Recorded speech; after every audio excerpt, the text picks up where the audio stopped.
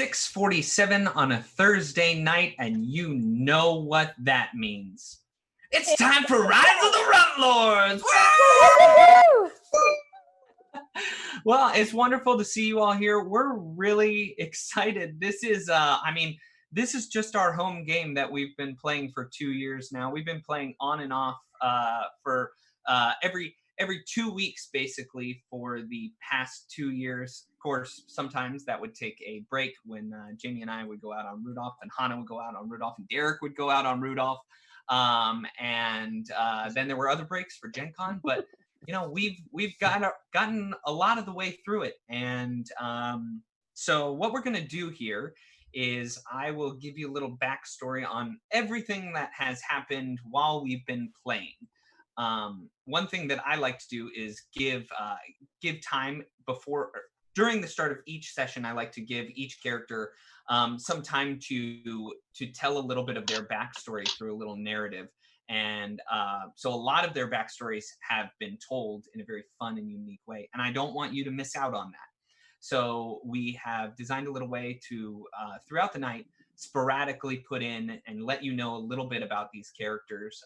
They're a lot of fun. They just really, they fill my heart up with love, all these characters. So in terms of how tonight is going to run, we're going to do the same thing with comment breaks that we've been doing with Dragons and Things for the past, for season 3, and we're going to, or for Phantom, and we're gonna go for that.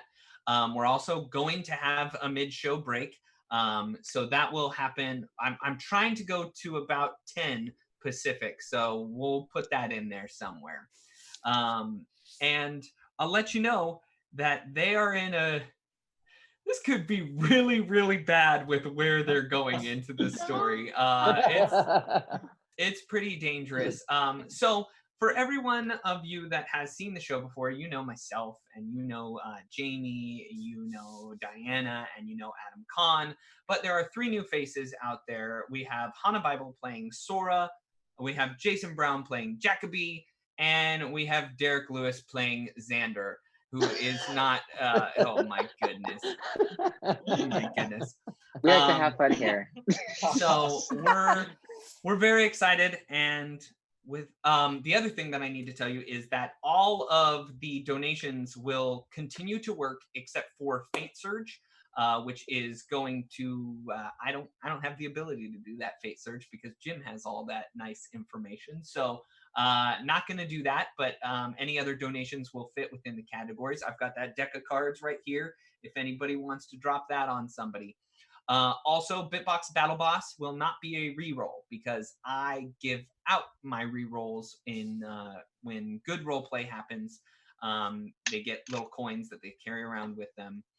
So we're going to be using that. I'm still going to maintain that power, but a Bitbox Battle Boss will give somebody basically haste. So somebody could either do another move action, or they could do another action in any combat. You can move again, you could attack again, you could do another spell again. All little fun things. And with that, oh man, I forgot Sirenscape. Oh, Ben! All right, cut it. We're done. We're done. Sorry. Tuning in, guys. We're like this.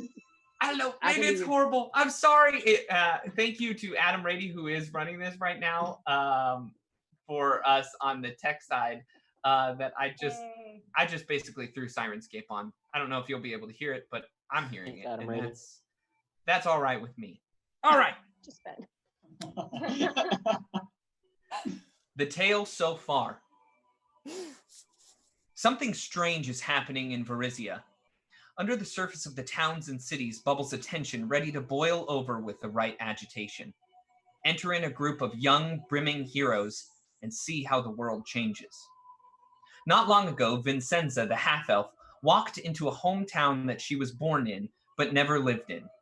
Sandpoint was bubbling with excitement over the Swallowtail Festival. Vincenza went looking for anything that could tell her about where her family was. But when she saw the first sign of hope, a vicious goblin attack wreaked havoc upon the small town. By teaming up with a dwarf Shawanti, a half-orc, an elegant halfling, And perhaps most surprisingly, a turncoat goblin riding a goblin dog. The group thwarted the efforts of the goblin, but a bigger plan with a different villain was unfolding. Nualia, an Aasimar from birth, had twisted her reality, dreaming that destroying Sandpoint, her hometown, was her life goal. She would use the goblins and others to accomplish this. The party, by striding boldly forth, through the well-established glasswork business and underground passageway, and even the goblin stronghold of Thistletop, was able to defeat the now demonic-touched creature. It was not without a heavy cost. The adventurers lost a close friend in Gala, the Shawanti dwarf, who one day was meant to lead her tribe. Victory over Nualia did require some help. The party had an ally in a mysterious whistling scoundrel named Lottie. Her only intent was finding the item that Nualia wore around her neck, the Sahedron rune. While the death of Nualia seemed to sequence the end of the suffering for Sandpoint, a new evil was slinking its way through the streets. Members of the town were found brutally murdered with the Sahedron rune carved in their chest. Notes were pinned to these corpses, indicating a wish for Vincenza to join the murderer. A mystery was afoot, with deadly consequences. The heroes turned gumshoe followed a trail of gore to a decrepit house outside of town. The building, called Misgivings, belonged to a man named Aldern Foxglove, who previously had flashed romance towards Vincenza. Aldern had unfortunately turned into a ghoul, and the group destroyed the murderer. The plot was far from over, as evidence produced a clear connection to a cult called the Brothers of the Seven, and a shrouded name, Zenisha. The small town superstars then traipsed off to the big city, Magnimar, as it was clear that was where the evidence was pointing. While some people had lived portions of their lives in Magnimar, namely Lottie and the halfling Xander, the rest marveled at the size and grandeur of the big city. But evil lurks in the corners. The party worked through and found a stronghold for the Brothers of the Seven. In the middle of storming the keep, which was running a sawmill, a bumbling guard stopped the proceedings. After his own investigation, he filled in the ranks and joined the heroes. The party rushed the sawmill and destroyed the cultists inside, including a high-ranking government official, Justice Ironbriar. He also happened to be Lottie's boss and the man searching for the Sahedron rune. Now the group has found their way to the darkest part of all of Magnimar, to find the one missing piece to the puzzle.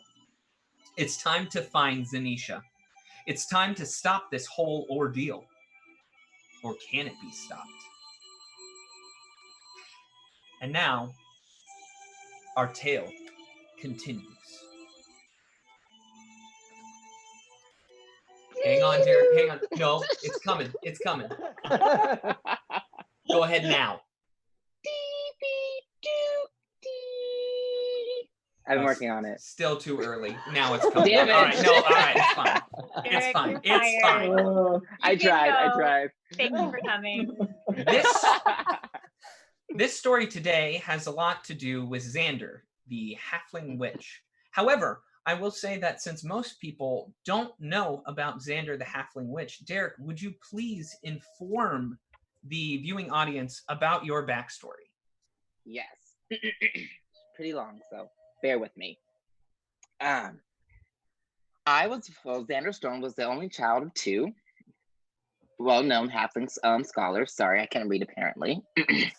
He struggled with power from a very young age, at the point that his parents practically gave up on him, developing any magical gifts. As he got older, Xander's parents and he were growing apart. One night, they got into a huge argument where he stormed off and ended up deep in the woods. That is where Xander saw a black orb with golden veins floating midair. Instead of running to tell his parents he touched it, he had no effect. Very anticlimactic. The next morning, however, he started to feel magical power fill him. Hesitantly, he showed his parents, but because he came about his powers in a ulterior way, they disowned him. So he ran away with his pet ferret Prem, who's my best friend. He watched his parents for a while from afar and saw his mother's grief. He even saw her turn to the evil god Lamashtu, thank you. Xander traveled out into the world, into Magnimar, where he first visited a tavern inside inside of a tavern. Inside, because of a lack of money, he met his first friend named Trix. Whether they were he or she, Xander didn't care. They were enticing. The two became friends, buying drinks, laughing, and singing, until the next morning when Xander woke up on the bar floor and with the owner kicking him and asking for payment for both parties. With no Trix to be seen, Xander was forced to wash dishes to remove the debt. Xander went traveling for a long period of time and came upon a small cottage. He entered an abandoned house, confused and feeling a pull towards something. Walking through the house, he heard something familiar from upstairs. In a room on the second floor, he saw the same bright orb from his past humming and floating. With every step closer, the orb started shaking uncontrollably. As he touched it, it released its energy. Suddenly, Xander's mind went black. He woke a few days later, only to find he was back in Magnimar. Trix was waiting by his side as they had rescued him. They told him all he kept saying was the name Magnimar, and then Trix left him with the bill again. And now I want you to all live in that moment. I want you to all stay right there, but move forward a few days. The cracked hands of Xander rub together as he enters the luxurious library of Magnimar. He has washed far too many dishes for his elegant hands. He probably needs some lotion.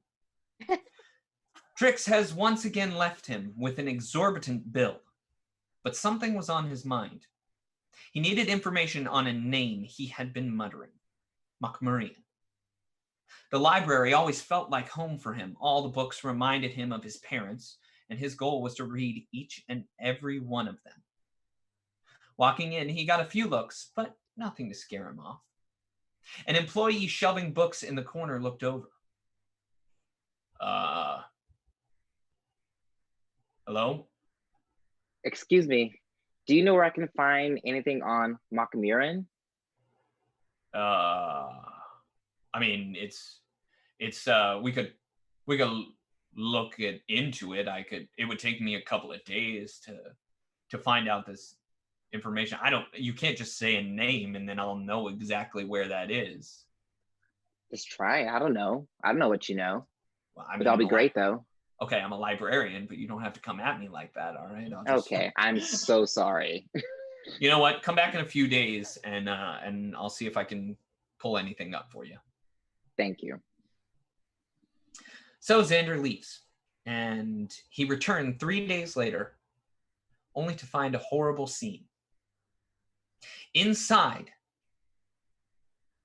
all he could see was the blood of corpses, the pull of a man's arm being left on the ground and dragged out. Guards are stationed all around, and they are not letting you anywhere near the main havoc inside the library. What the hell happened here? Well, I just have to tell you, there was a brutal murder that happened. Just devastating.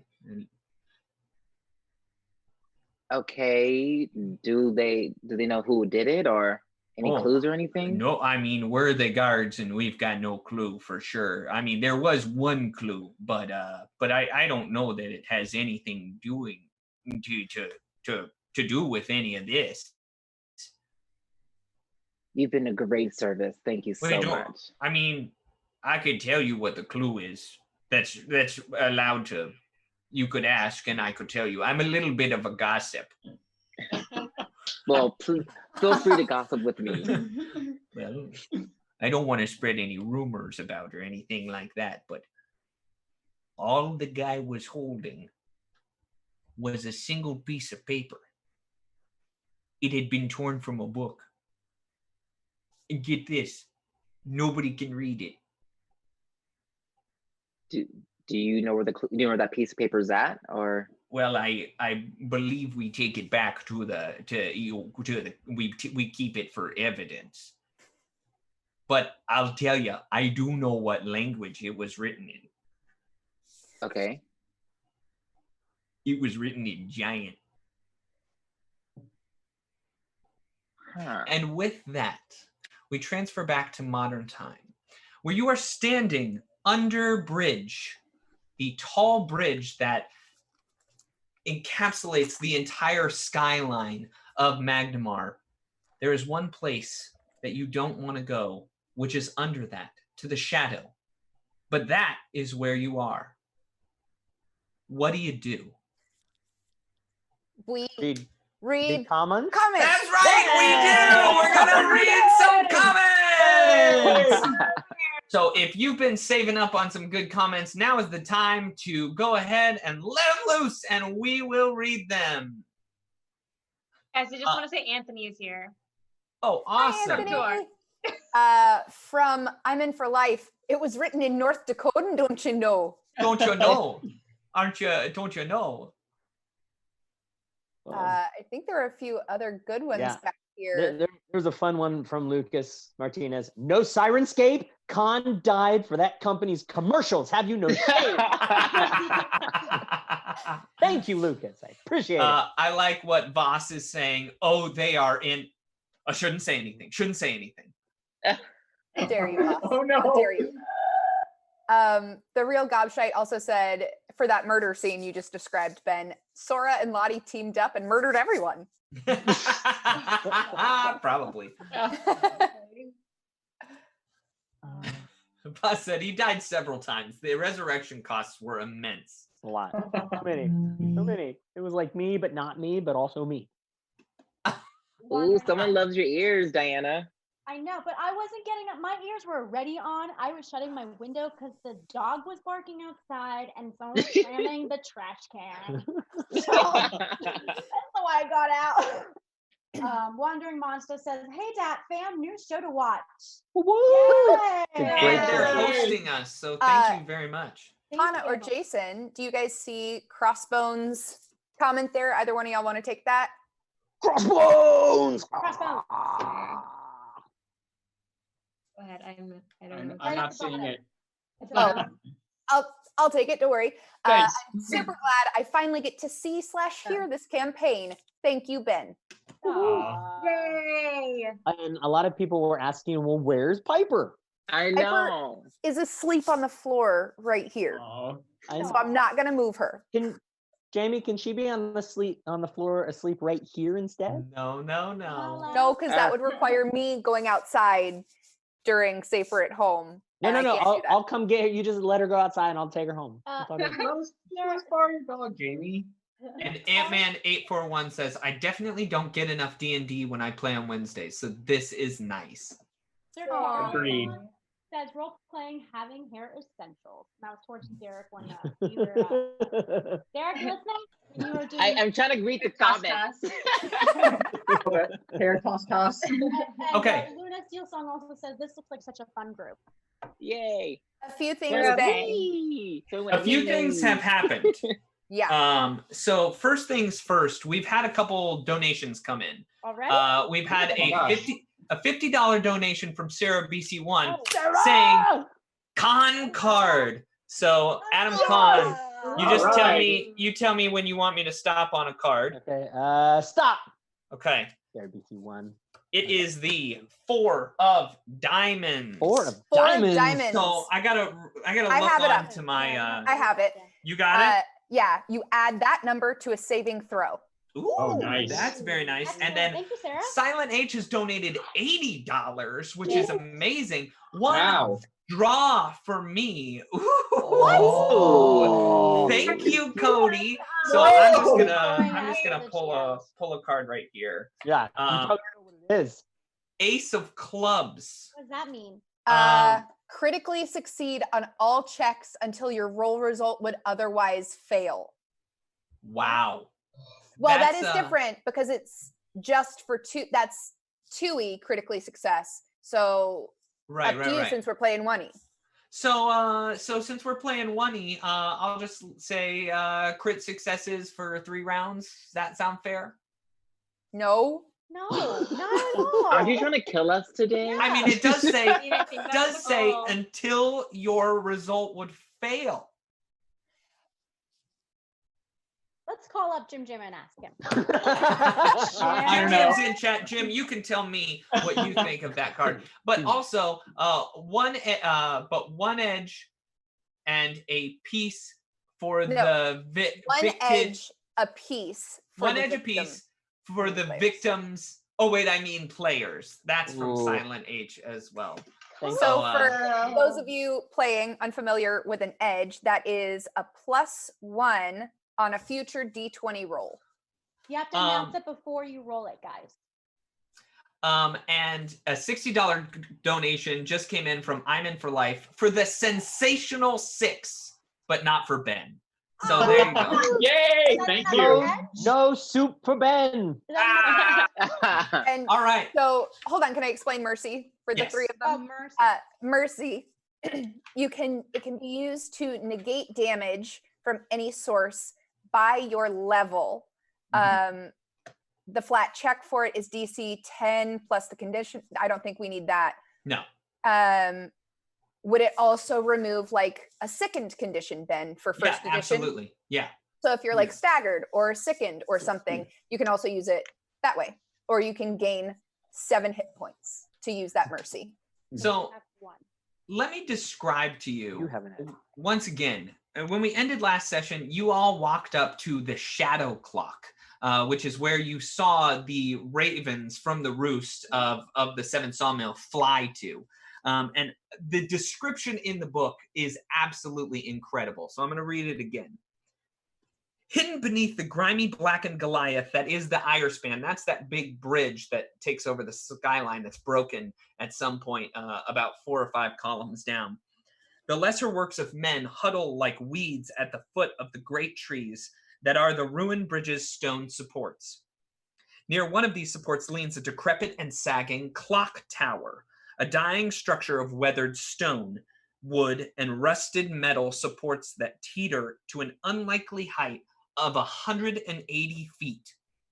High above, near the tower's roof and barely 5 feet from the Irespan's stony belly, a tangle of scaffolding sits near a section of the structure that has fallen away. The tower's clock face is frozen in time defiantly and falsely, proclaiming it to be 3 o'clock. While above, a stone statue of an angel, her wings crumbling, leans precariously, almost as if she were preparing a final leap from her decaying perch. So now, what do you do? Can I cry Run in away. 32 real quick? Okay. I tell you that we've gotten another donation. Uh-oh. What is it? It's $5 from Tyrex99 for Vincenza. Oh, how Oh. nice. Yeah. You get another edge. Another edge? Yep, and we Okay. missed some cheers from Luna Steel Thank Song, Sarah you. BC1, a sub from Voss, and follow from Ant-Man 841. Thank Awesome. you, guys. Thanks, guys. Thank Now, you. what do we do? How do you see the donation? You can don't see 'em. need it. We've got it. We're taking care of it. I'm just wondering. So if you can look on Roll20, I know that the viewing audience, we weren't able to get the Roll20 set up, I believe, this time. I don't know, maybe we were. I haven't seen Adam in person, so I would say I don't know. I don't know if he's real. But we're running ours off of Roll20 right now. So if all of you wouldn't mind switching over to Roll20, and since people can't really see what's going on, please feel free to be super descriptive about what you're doing. I am standing above a clock tower. Above? You're above it? You're above it? Oh my gosh! Flying! That was awful. start, guys. Everybody looks at Vincenzo and is like, how'd you get that high up in the air? Wait a second. Xander made me fly. I use my hair, my entire hair. Speaking of, I feel like I'm near Xander, and we're both very skeptically looking at this clock tower. Yeah, I can tell you, Exactly. it does And I'm not. also trying to get my mouse to work. It does not look sturdy in any way, shape, or form. I mean, it looks rickety. It looks dangerous, even. Can I detect magic on the door? Sure, if you detect magic, there is no magic on the door. Okay. And are there windows around? It doesn't really look like there's windows. It's almost as if the building is falling away in parts. And I'm actually going to send you all a file because I got a picture of it. And everyone, I'll send you the picture somehow later on Discord. That's Okay, that's okay. Okay. Yeah, that's a good call. I can put it in the Discord. fine. No worries. So that would. Can I ask a stupid question real quick? Yeah, go Oh, for it. God, stupid question. I'm trying to scroll on my computer, but it won't move the photo on row 20. Ooh. Like I can zoom in and out. If you go to the top left button, remember it's select move or pan view. And if you go to pan view, you should be able to. Yes, thank you, Jamie. You're welcome. Also, Ben, while we're stopped, there was a Bitbox battle boss that came in for Sora. Oh, awesome. Ooh, Go to wow. All right. So. I don't know what that means. But thank you. So what do you do? Ben, did you give us an approximate time of day? You said that you were coming in here during the middle of the day. I believe you had just woken up, kind of healed up. You went back to the library to see if the librarian, who you never learned his name, which was so sad for me, but you never learned his name, and you went there to check, and then you left and went directly to the shadow clock. And so it's about... I didn't get his name after we talked to him, after I saw tricks. Yeah, nobody asked for his name. Really? Which You got I didn't care about Robin Baskin's name. Yeah, Robin You Baskin. did not get the librarian's name. Right. Sorry, I heard Carol Baskin, my bad. Okay. Wow. Okay. All right. Lottie is But- definitely. Go ahead, Jamie. Oh, I was just gonna go. Lottie is definitely gonna saddle over to Sora and look at her and go, "You got any more of those berries? I think we're gonna need them before today's over." Oh, absolutely. Let's see. Yeah, Because currently- I hand you 8.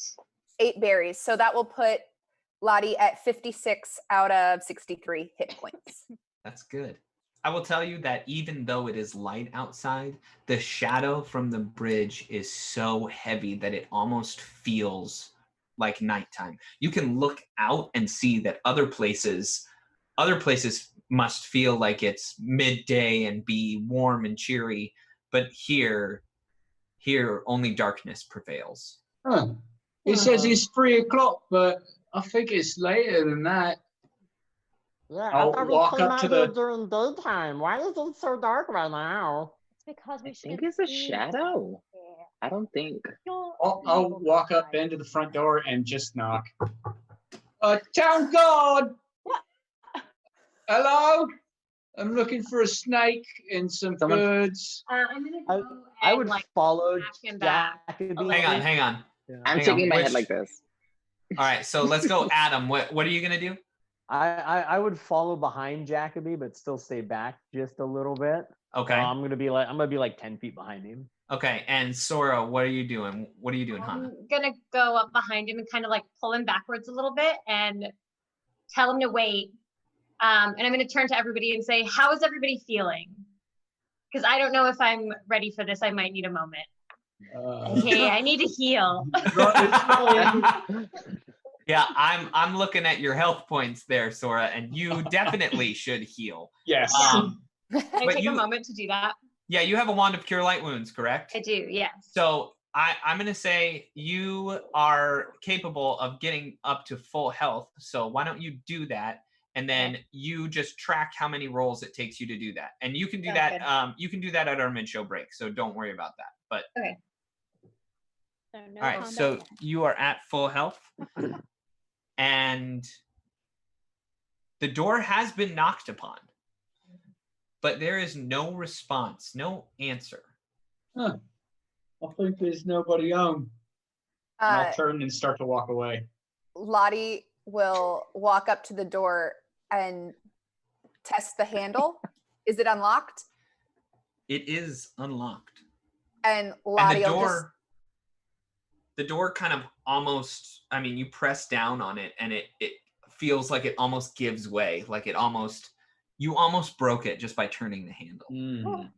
and she'll turn back to Jacoby and go, "This is usually how we move forward."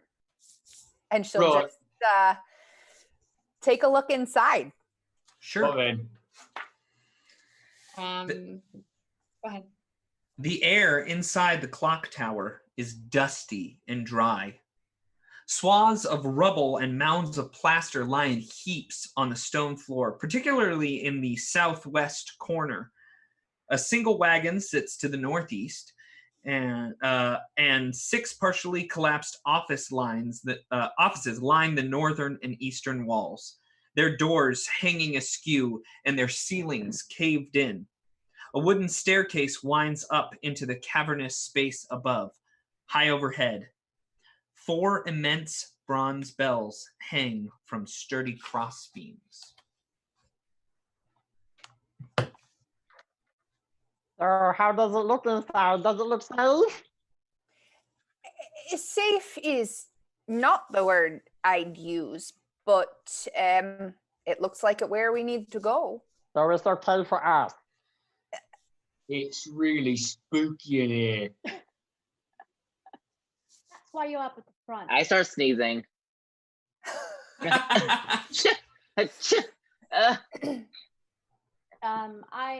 I would say to Lottie through the door, have you ever been here before? No, only I mean, I spent time in Dockway, but only the worst of the worst were over in Underbridge. I never made my way over here. So we have no idea what this establishment really is. Does anybody want to roll a knowledge local check? Yes, Yes. I would like to. I bet. cannot. Right? Yes, I do. 14. 14 as well. I've got an 18 on knowledge. Ooh, go Sora. All right, Sora, you look at this and you deem that perhaps this at one point might have been an attempt to gentrify the area. Perhaps somebody came in thinking, "Oh, building this huge clock tower would really boost the area," but somebody gave up partially through. It just didn't seem like they finished the project. I'm gonna relay all this to everybody. Seems like they're trying to kick the poor people out, but seems like it didn't work, huh?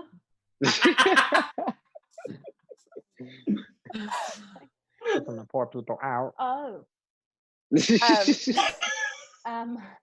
Ben, do you mind unfog of warring roll 20 for us so we can actually see the room? Oh yeah, that would be very helpful. Oh, you Yeah, want we to can't see what's see. inside?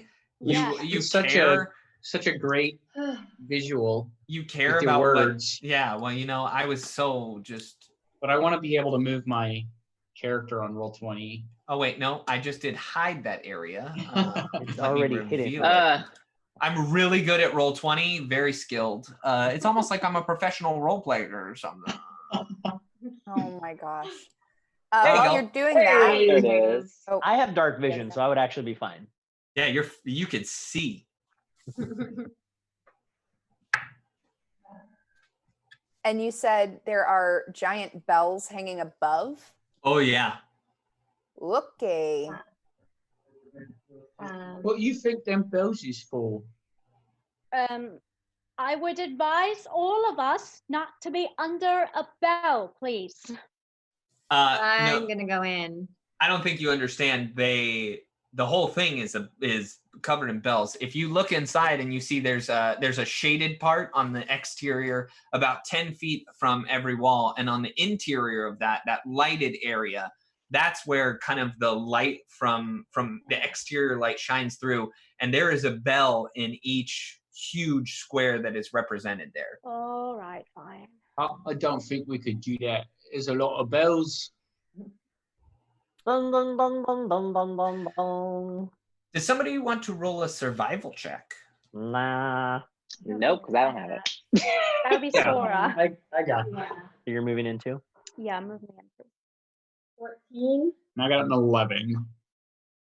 I'm by the door, just looking back and forth. Like, should I go back? Yeah, I'm there with you at the door. We're both ready to bolt as usual. We're like, do you think it's time that we go? Yeah, I'm like, we should run now. This is the time to do it. I turn back to those two and I'm like, focus on being asked and stay here. Yes, I ma'am. look, you start crying. It's the dust. It's the dust in the eye. Just to let you know, we have a $36 donation from Sarah BC1 giving sinks to the table. So you can use your sink to make sure I get -1 on any roll that I have. Yay! Thank you. All right. Thank you. So everybody rolled a survival check that wanted to, correct? Yes. And nobody got a good score, right? 14. Yeah, 14 is not really a good score. Then no. Yeah. Well, what Nope. do? You're all standing in the doorway of this place, all a little hesitant. There is a stairway leading up, as you can see from right here, and it seems to go up and up and up. There don't really seem to be floors above you, just a massive stairway heading up. So there's all rooms to the right of us.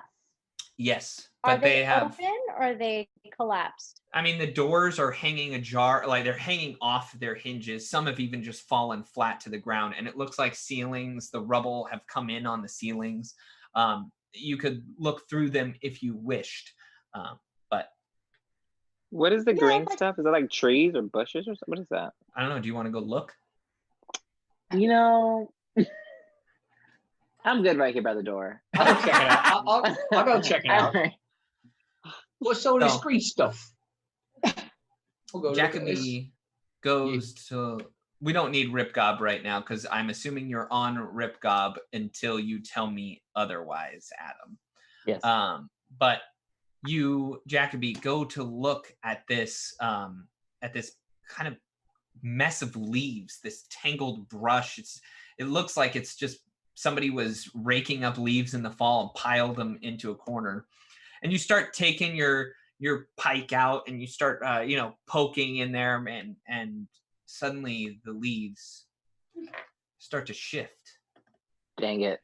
They start to move, and out of the ground rises a huge monster. This beast has arms and legs that are more akin to horses or cows, and it has a head that it kind of tilts droopily to the side, and it's cruelly stitched together, and its lips are sewn partially shut. On its belt, it seems to be 3 pumpkin heads wrapped around its side, but soon you're able to tell that it's shrunken heads. It stands up and smiles with its partial face. And I need everybody to roll initiative. I'm sorry, everybody. I'm sorry I did that. That was me. I was curious about it. Yes! It's time for battle! All right, who has what? Oh, come on.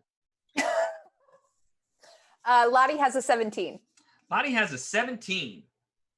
Sora has a 16. Sora has a 16. Xander has a 7.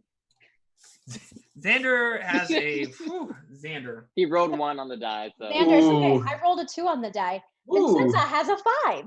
Oh, It's always up to Oh. together. things are rough. All right, Jacoby, what do we have for you? 11.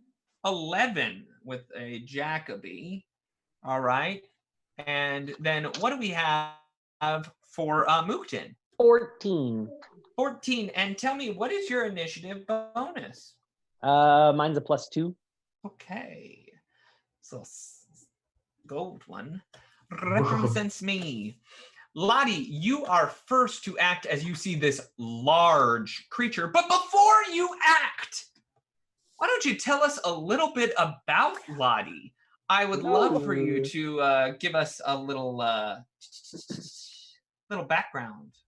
Little background on Lottie. Little background on Lottie. All right. Charlotte Delahaye grew up in her father's house in the Alabaster district of Magnimar after her mother's death when Lottie was young. For reasons yet unknown to the other players, Steed Delahaye disguised Lottie as an errand boy in his house's servant staff. Stifled by her father's inability to show open love and affection for her and a need to remember her mother, Lottie began spending time in Dockway as a teenager, where she was swayed to join a band of sailors headed out of Magnimar. Little did Lottie know she would be serving under the famous pirate, the Master of the Gales. Ooh. After years at sea, Lottie received a message from her father begging her to return home. Afraid of losing her and her trail back to him, the Master of the Gales tried to manipulate Lottie into thinking her father would never have written the letter. He was being used, and she would be arrested and executed on high treason as an enemy of the Lord Mayor and Council. Years later, Lottie did return to Magnimar, and her father, who, after many attempts elsewhere, found Lottie a job working as a personal assistant to Chief Justice Ironbriar. She learned she was no assistant. She was his fixer. Ironbriar threatened Lottie. Then when she went snooping in his office, he threatened Lottie when she went snooping in his office that she must do everything he says because Ironbriar knew who used to own the gun she carried at her side and that he was missing it badly. He sent Lottie on a mission to retrieve an artifact hidden away in a goblin stronghold near Sandpoint. Having been captured and jailed by the goblins, she met a ragged group and agreed to accompany the party out of Thistletop. Lottie found the item Ironbriar had asked her for and departed the group to head back to Magnimar. But something didn't feel right. After an attack by a thug shortly thereafter, Lottie didn't know if Ironbriar hired another fixer because she knew too much, or her old captain had finally tracked her down.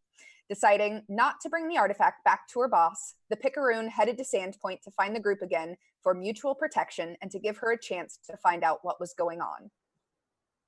And then what does Lottie do? You see this creature in front of you. What do? Actually, why don't you roll me a general wisdom check before anything gets started? Because swashbucklers are known for their wisdom. Absolutely. You know what? I'm actually going to use my edge on You're this. going to use that edge. Perfect. Yeah. And I'm going to need it because total is an 11. 11. Well, I will tell you, you saw in the seventh sawmill in the sawdust, you saw something big. Something giant, like an impression in the sawdust of somebody sleeping there. And now as you're looking at this creature, you think, this is it. Oh, God. get it, Lottie. Lottie is going to yell to her party members that this is probably what was in the sawmill. And then she will quick draw her scimitar and move up and swing. Ooh, good. All right. With my scimitar, that is a 24 to hit. 24 to hit will hit. Yes. So roll your damage. I didn't use precise strike. You should have used precise strike. Still going to be 6 points of damage. 6 points of damage. And tell me, is that a magical weapon of some kind, or? It's masterwork. Right. So you strike into this thing, and you feel like it barely did what it should have done to other foes. You just don't feel like you really got through to it. Oh no. Can I yell to the party about it? Okay, I will yell that it didn't seem like all my damage went through, pretty much. What's that sound like? That doesn't sound like Lottie. Yeah, that doesn't sound like Lottie. Doesn't sound like Lottie at all. My sword isn't doing anything. Anybody got any ideas? Use magic. That's Diana's reaction. Okay, and I'm actually going to share a picture that I just shared in Discord of the actual fight that's happening right now. Next up, we have Sora. Sora, what are you going to do? I'm gonna turn into a wolf. Huh. You turn into a wolf. Okay. Yeah. Jamie, don't Let me die. pull up a wolf here real fast. And I'll give you access to it. So you turn into a wolf, and then what are you gonna do as a wolf? Do I still have my move action and attack, or just? You have, well, technically, you are the Bitbox Battle Boss winner, so you do have an extra action if you would like to use it. Yeah, let's do it. I'm gonna Do move. it. I'm gonna move up 5 feet away, and I'm gonna go for a bite. Okay. She hungry. She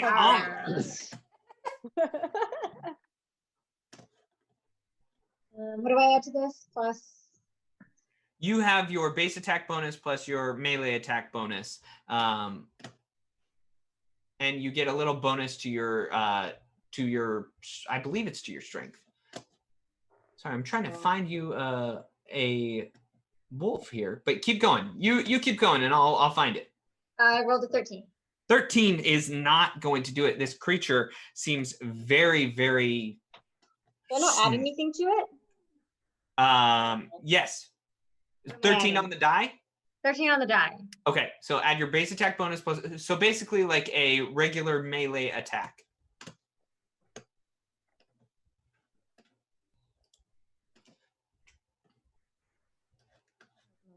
I have while she's found. looking at that, we wolf. are being rated by Rated the by real who? 98. Oh, well, thank you. Thank you. Thank you. Yay. Thank you, John. What does that mean? Where is my? It means melee we're being, attack? Let me somebody find this. was watching stuff and then they brought their viewers over here. So we're very grateful to have them all. Yay. Found it. 16. 16 is not enough. Oh, 16 is not enough? 16 is not I'm enough. just kidding. Thanks, And Xander, now it is chugging Mookton's hand turn. So this thing Xander, it's stands time up. to run. Is it like directly in the corner, or did it move forward to us? It's in the corner. That's right So- in the corner. Sora, I'm moving you out and I'm giving you Okay. control of this wolf.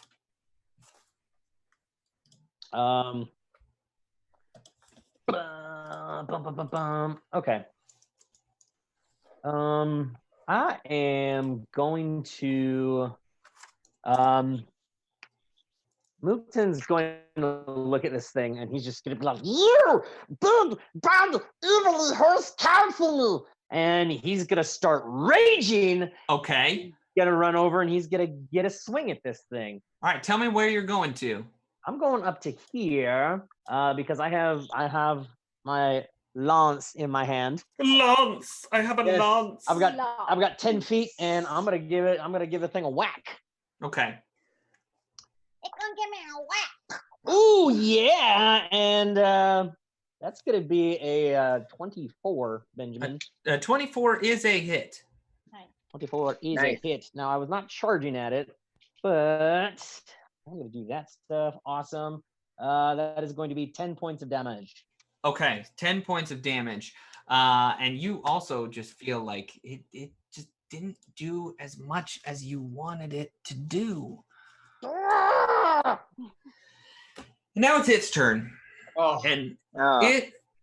it pulls out just a huge scythe off of its Oh. back.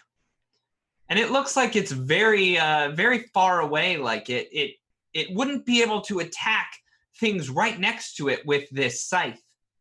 However, there are some things that are further away that it does look like it could attack. In fact, a little goblin that just ran up to it on a goblin dog and thought that they were safe while attacking it from so far away. And it takes a swing with this scythe. At who? Me or my Oh. dog? But I will tell you, it's a natural 1. oh, Hey. hey. Stuck in the wall. And then a natural 2 on the confirmation. Yes. It swings its scythe so hard that it gets stuck in the side of this building. It clambers into the side of the plaster and he is unable to pull it out. So I'm that sweating will already. end of his round. He doesn't like being trapped in the corner, and he doesn't view you as threats. So he will move out to the center of the room. Anybody that can take an attack of opportunity if they would like. That'd be fantastic. All of us? Oh, who's in the? Oh, yeah. I'll, Anyone that was right next to could take an attack of opportunity. What about that's magic? definitely me. Except for Jacoby, who has not Oh. acted yet. Oh. I mean, Dang. he's I'll moving. never get to do Does my anything. reach catch him though, Benjamin? Yes, you would be able to get him within the reach. Yes. 19 for Lottie. 19 for Lottie is not a hit. Oh, dang. Damn. I'm at a Ouch. 19 as well, too. 19 for Mookton is not a hit. Wow. Dang it. Definitely didn't roll high enough. 11, but Yeah. 11 It's hits. fine. All right. So it moved to the center of the room. Its scythe is still in the wall. So it's not getting that back. And now it is Jacoby's turn. Jacoby, this creature just popped up in front of you. Do you have knowledge local? I don't. Okay. Not Then smart enough. do you have profession guard? Oh, there's a Yes? Yeah. Why don't you Yes. why don't you roll a profession guard check? Oh my God, that's funny. 16 on the die. Is it what? 16? 16. There have been stories in the nighttime about Ooh. evil monsters that rise up and take children from their bed. Alex? It's no oh. These this creature, people call him Scarecrow. Oh, And this might be that creature. it's definitely that creature. What do you do? Well, I'm going to cross over to Scarecrow Okay. All right. and say something to the extent of, my dad told me about you. You ain't going to take me from my bed. And I will use my +1 giant Bane halberd to Okay. attack. Now, I believe if you're using a halberd, does a halberd have reach? And so you need to be further away? Oh, yes, you're correct. So I just want to, Yeah. you could attack his rear end, but I don't really think that's what you're trying to do. Does that look correct to you? Yes, it does. All right, and that is a 26 to hit. 26 will hit. Roll damage. Hooray! 7 damage. 7 damage. You also feel like something is not going through. And did you say it was magical? It's +1 giant Bane halberd. Okay. All right. All right. Cool. Next up, we have Xander. Okay. How tall is the creature? The creature stands over 10 feet high. 10 feet high. Just very, very tall. I'm gonna move. I'm gonna take a 10-foot step. Okay. Sorry, I don't have. Sorry, give me a second. I'm at the wrong one. I'm gonna take a 10-foot step Okay. there, and can I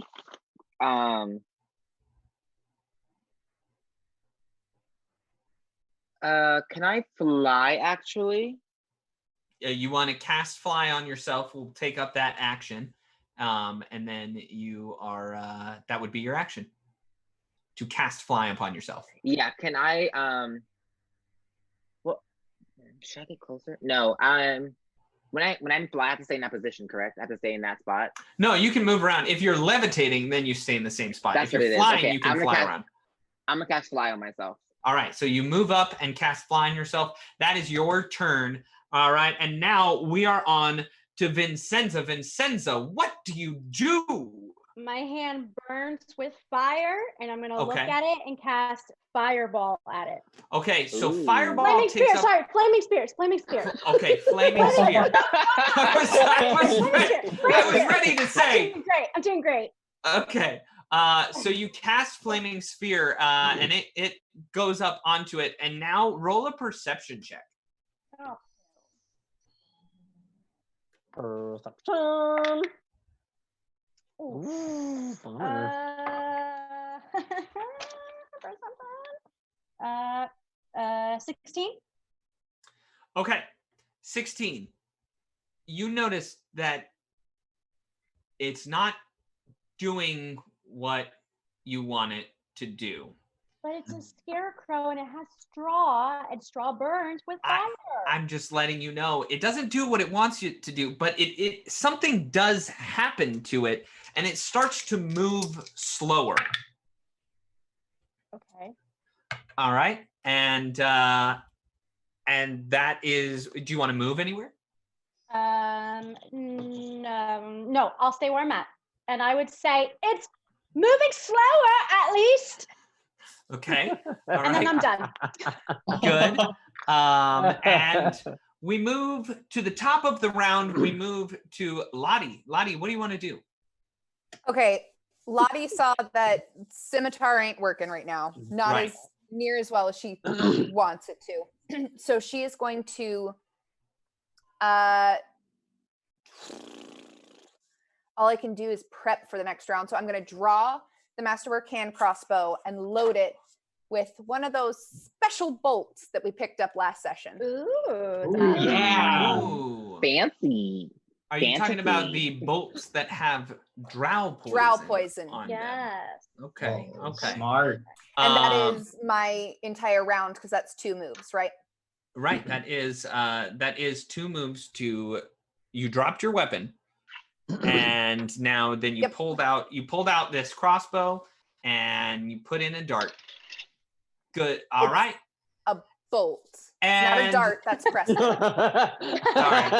next up we have Sora. Sora, what would you like to do? But before you do, why don't you tell us a little bit about Sora? Okay. Hooray! Sora is a half orc, and she was born and raised in the Trollwood Forest. Her mother, who was a druid, taught her everything she knows. However, Sora always aspired to be just like her father, who's a rogue. He worked very closely with a less than savory bunch, we shall say.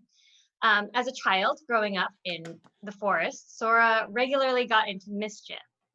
Spying on bandits and thieves was her favorite pastime, as she imagined herself, as an adult, going on spectacular adventures. Meanwhile, Sora's mother, Danica, was continually expressing concern to her husband, Orion, worrying that one day that Sora will find herself in a predicament that she won't be able to find her way out of, or worse, dead. Orion convinces his wife to allow him to bring Sora on his next trip to Riddleport in an effort to scare Sora out of her adventurous ambitions. So Sora's mother reluctantly agrees. When Sora and Orion arrive in Riddleport, she felt excited at the prospect of a new adventure. Orion warns her not to wander off or to look for trouble, and that one day trouble will most likely find her, as he is his daughter. But Sora is too excited at the prospect of this new adventure, so she went out that night to find herself a treasure. Specifically, she sees a necklace on a Zarni girl that she met earlier that day that she arrived. She gets caught red-handed and is told that the price of stealing is the loss of her first 2 fingers. Orion steps in and takes the punishment for her. Oh. So he loses his first 2 fingers, and she witnesses the whole thing. Upon their return home, her mother tries to make Sora realize that she is a druid inside and out, and that she belongs in the forest and in nature, and that's where she really thrives. But Sora is still not convinced. One night, when Sora is sitting and eavesdropping on her parents, who are once again discussing their daughter's wild and rambunctious behavior, there is a knock on the door. So Orion had gone out just for a moment, but quickly came back in. With a worried look in his eyes, he hastily said his goodbyes to his wife and his daughter, grabbed his pack, and left. Sora then waited years for his return, while her mother continually asked her not to go looking for him. But eventually, she can take it no longer and sets out to find her father. And this is when she ends up at the festival and meets the rest of our crew. Yay. And then what does she do in this fight? Ugh, I feel like I've made the wrong choice here. No, it's not too late to run. I'm just kidding. Yeah, I decided to run away. No. I'm gonna try a bite again. Okay. So I'm gonna take a 5-foot step in and attempt another bite. All right. That's a 24. Yeah. 24 is a hit. A natural 20. A natural 20. Natural 20. Wow. Woo. All right. Well, go ahead and roll damage and double it. D6 was it? Yeah, let me look up. Let me get you a wolf stat right here. I believe it was a D6. As well. While that's happening, calling out some cheers from Sarah BC1. Caravan resubbed, and some new follows from Spiral Nexus and Imgloriosus. Oh, Thank you, guys. Gloriosus. I love it. We currently also have Evil Jim Jam and Neo in chat. Yay! I missed you both. Oh, that's very fun. I like it's a 1d6 plus whatever your strength modifier is. And if you don't have it, it's +1 on top of that. I'm in for life's comment says Sora cast Runaway, a little known life-saving spell of ancient wisdom. Yeah. No, I don't have a strength modifier. I rolled a 6. Yes! 6. Max damage. So 14 points of damage. And also you get a free attempt to trip this creature. Get him. Yeah, I'm gonna do that. We have edges too to use. You let me know. I don't know what that means, so. It means a +1. You can use it whenever you want to. You don't have to, but if you want to.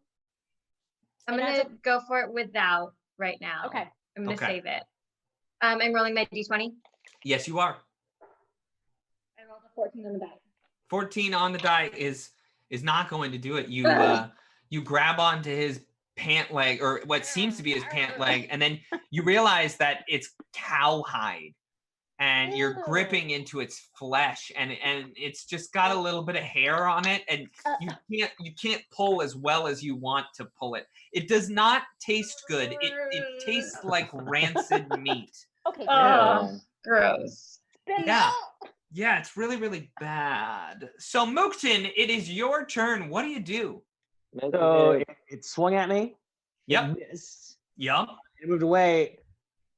So I just want to say something. Rise of the Runelords is awesome. It's very difficult for a Cavalier because I don't get to do this often, Ben. I'm gonna point. I'm still raging, but then I'm also gonna point at this thing, and I'm gonna be like, "You're me. I'm gonna take you down," and I'm gonna make him my challenge, Benjamin. Oh. So challenging for Cavaliers. It's a -2 AC for everybody else that hits it, and when I deal damage to it, I also add my my level of Cavalier to it as well. Well, that might be very helpful. Yes, but that's just an action I can do. Now I get to attack it, Ben. What? Why do you get to attack it? Because Is that a that's free like action? Yeah, that's like raging for a barbarian. So now, Ben, I am how much you're relishing this. A spirited charge on this thing. Okay. Make it happen. Spirited charge with a lance. Let's do magic happen. Oh, that was really, really close. That's a 23. A 23 is gonna hit. Yay! Now, what's really cool is a lance, when it's fighting from horseback, deals double damage. A charge, I then triple that damage when I'm doing it with a lance. Oh, wow. Okay. Roll your damage. Okay. So, with that guy, okay, max. That's going to be 9 on that. Doubled is 18. 18 times 3 No, wait. No. It's got to be no. You don't times the double, do you? Yeah, a lance, when it's being used as part of a charge, the damage itself doubles. Right. With a spirited charge, it gets multiplied by 3. So I would say that the first one is it doesn't triple your whole damage. It would just take that lance, right? Times 3. Avos in the the comments lance is saying itself. it's a times 3 damage. Yeah. Yeah. So You don't double the triple. you don't double the triple. So if you got 9, you got 27 points of damage. Well, it should be more than that because I've been reading stuff. It does big stuff, Benjamin. Don't take it from me. I don't know. I'm leaning heavily on Voss here. So how much damage is it? yeah. I don't think that works. I'll look it up here for you. No? All right. Yeah. I'm pretty sure you've been reading some false. You can't. Silent H put it great. You can't triple stamp a double stamp. You can't triple stamp a double stamp. Well, but then what's the thing if I crit on that because it triples, but then also on a spirited charge, it's saying that the damage that I do triples the damage. Well, then I would say that you triple your damage. Hang on, let me look up spirited charge. You throwing things at me. I don't know. Box for food is saying triple stamp that double stamp. You know what? While we're doing all this, while I'm stuck in here looking at a computer, all right, why don't you all read some comments? A little comment break. Comment break. We have a comment from Cryptwalker76. Love the goblin's voice. A good goblin voice.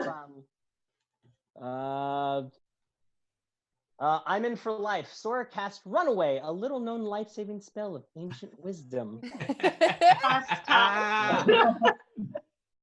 Yes. Or is that one from my buddy Xander? Huh? You're too far away from your mic's cutting out. Yeah, your mic was cutting out there, Hannah. So. Oh, I said I learned that from my friend Xander. And also the hair toss.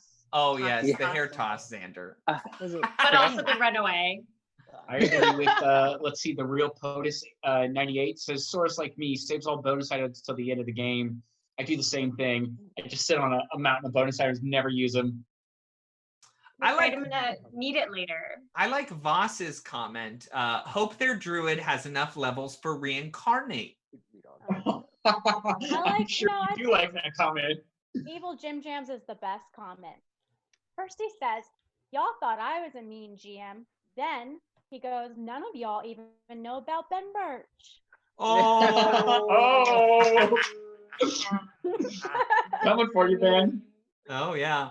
Okay, so here, let me just tell you the rules here, Adam Khan. It says, when mounted and using the charge action, you deal double damage with a melee weapon or triple damage with a lance. You don't get to double the triple. So you gain triple damage, which is still really good, 27 points of damage, and you're raging. Did you include that? Yeah. Okay. So whoever told you that was lying to you, but it's a good hit. But you don't feel like all of it went through. Okay. Are you moved up to where you would normally be moved? I went I go in charge. Okay, perfect. All right. Because on my charge I can also ride past him too. And now it's I gotcha. And now it's this creature's turn. And Jim Jam, since you are in the chat, I happen to have this card, which gives me basically crits until I wouldn't crit on the roll. Is that how that works? Is that how that works? And Jim Jam, he didn't crit, but this makes me crit until I don't crit, right? So I mean, until I wouldn't hit. So I think I'm gonna use it right now, and I'm gonna crit until I wouldn't have hit the target. So thank you so much for this, Cody. You are going to, when one of them starts crying, it might be your fault. All right. Wait, Jim said it makes you crit until you would miss, but it's a really bad GM card. You can wipe the party easily. And Voss says, you doomed them all. I know. I mention a scythe is a ×4 crit? No, it's not, but it's Oh. stuck in the wall. Yeah, it's stuck in the wall. But I might go get it. That's all right. I'll do my slam attacks. So here, Mookton, you just really hurt this guy. So as a 17 on the die plus his attack, which would have been hit, he takes his fist and just pounds you and crits you. And I'm gonna roll damage. Okay, minimum damage. All right, so that's a total of 20 points of damage. No. Minimum. No big deal. I like that That's 20 minimum. How's that minimum? That's minimum damage right there. Oh my god. And now we go to Jacoby's Jacoby's turn. I am terrified of this boogeyman monster. Yeah. And I'm gonna strike again with my halberd. That is a 30 to hit. A 30 to hit will hit. All right. I sure hope so. I sure hope so. Yeah. 13 points of damage. 13 points of damage. Giant Bane halberd. 13 Once again, points. you feel like it's just it's not doing the full 13. It's not striking as true as it should. On a scale of 1 to 13, how true would you say it's striking? I would say that, I don't know, roll a perception check. 19 on the die. Okay. Plus a bunch. I would say maybe it's a little less than half of what you just did. I'm not going to give you a number, but it's a little less than half. Right. So like ballpark, maybe 6, like half rounded down. I mean, you could say maybe you could say something around there. All right. And now next up is Xander. Xander, what are you going to do? I wanted to cast Burning Hands up in the air. You still can. Do it. What isn't Sora right there? Yeah. It's a cone, but so if you angled it right while you're up in the air, it would go right over the heads of Sora and Mookton. Okay, can I cast Burning Hands then? You can I'm absolutely little. cast Burning Hands. And now I need you to roll a perception check. Okay. Oh, you are the worst. Okay, I got 18. 18. Good job. It is not doing what you want it to do. Oh. He does seem like every time you hit him with, like, you just saw Vincenza throw a flaming spear on him, and then you use Burning Hands, and he just seems to be slower by it. I mean, slower. Now what do you do? Do you want to move anywhere? No, come in the same spot. I'll stay here. Okay. And then finally, Vincenza, in this round, this is round 2. What are you going to do? Cast mage armor on myself. That's a smart move. And then can I draw my weapon to be ready for the next Did you round? not have your weapon drawn? No. That's great. I love it. Yeah, you draw your weapon. I'm telling you the truth. So I cast mage armor on myself and I draw my adamantine sword. I love it. And then I'll be prepared for the next round. I love it so much. No, wait. Yeah. Okay. Okay. We are at the top of the next round. Lottie, it's your turn. Okay. Lottie takes aim. It looks like I have a clear shot, but I will take a -4 penalty for shooting the melee, which is dumb because I chose a different feat because I was like, I never shoot into melee. When is this ever going to bother me? Yeah. So, I'm going to shoot this hand crossbow Okay. at this creature. I mean, you do feel very, you feel like Mookton's words have inspired you and have made this creature kind of more timid. You feel like it's slower. It might be a little easier to hit right now. True. Okay. 22. That's a hit. Yes. Oh. Okay. Good job. My damage is probably not going to do much, but I do need a fortitude save, and I'm going to sink you on it. Okay. Good. Let's take away that sink.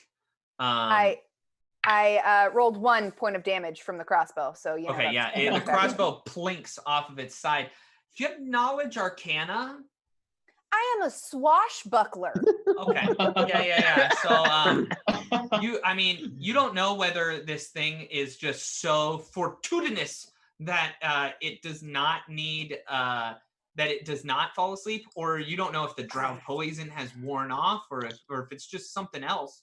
But it does not fall asleep. Next up is Sora. I'm gonna go for another bite. Wait, you didn't let me finish my turn. Oh, do you want to move somewhere? I am not going to physically move, but I will use a move action Okay. with the feat that I took that I didn't take, Yeah. with the dinger. As a move action, I yell out I try to look and see, I find what looks like a seam in whatever it's wearing, and I Okay. yell out to try to attack that point. Which is its skin, but all right. Jimmy's face. I yell to attack its skin. Attack its skin. Get it in the skin, guys. But because I yell attack its skin, everybody gets a +2 for a round on their attacks. Yes. Oh, Hit its skin. Check it in its skin. Okay. Enjoy it. I'd have never thought to attack it in its skin. All right, Sora, it's your turn. Okay, I'm going for another bite. Okay. 14. 14 is not going to do it. Would you like to move anywhere? Did you add the +2 to the skin? Oh no. To the skin. Apply the +2 directly to the skin. I will tell you that a 16 just barely misses. If only you had used your edge beforehand, Oh, you would have hit this creature. But as Forget of about right now, stuff like that. yeah. And remember, you all have rerolls. I mean, I think Derek is hoarding about 18 rerolls. I don't have any. No, I have I one. used mine already. I've got All one. right. All right. But I'll save it for the next round and maybe I'm gonna move. I'm gonna take a 5-foot step over just in case Xander wants to do his burning hand skin. I'm gonna be out of the way. Okay. All right. And get out of the way of your fire. now it's Mookton's turn. Mookton, what are you going to do? Well, first off, I'm glad we got that stuff settled. I guess I got confused, but you should have taken more damage because I didn't have the damage from raging. From my challenge. Oh. Remember this time. So I'm 10 feet away, Ben. I'm gonna turn around and spirited charge right back at him. Actually, you are 5 feet away. What do you mean? Where am I? You are 5 feet away. Oh. Which is why I slammed you with my fists, because you were right next to me. Okay.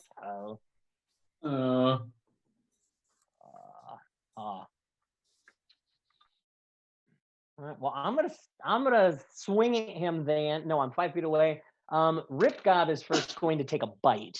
Okay. And he's going to hit a dirty 20. That's a hit. Ooh. Nice. Yay! With 4 points of bite damage. Yeah, he bites into the flesh, and normally he would love it, but it seems to like. There seems to almost be like a magical like toughness to this creature. Well, that's cool. You need to make a DC 14 save, or you get an allergic reaction to me. Okay. Okay. So, does anybody want to use a sink or any of these on this? No, yeah, we're not. He doesn't have an allergic reaction. I will step back. I will have Ripbob step back 5 feet, and then I'm gonna do a power attack on it, Benjamin. Power attack. That sounds like fun. Mm-hmm. Powerful. Ooh. Yeah, that was a 1. So I'm going to use a re-roll.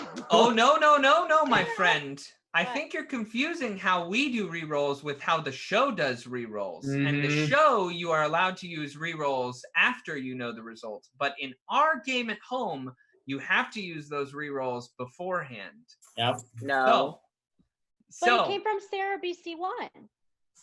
when is that reroll? What are you talking about? Huh? Didn't you get a No, that was Sora. Ignore me.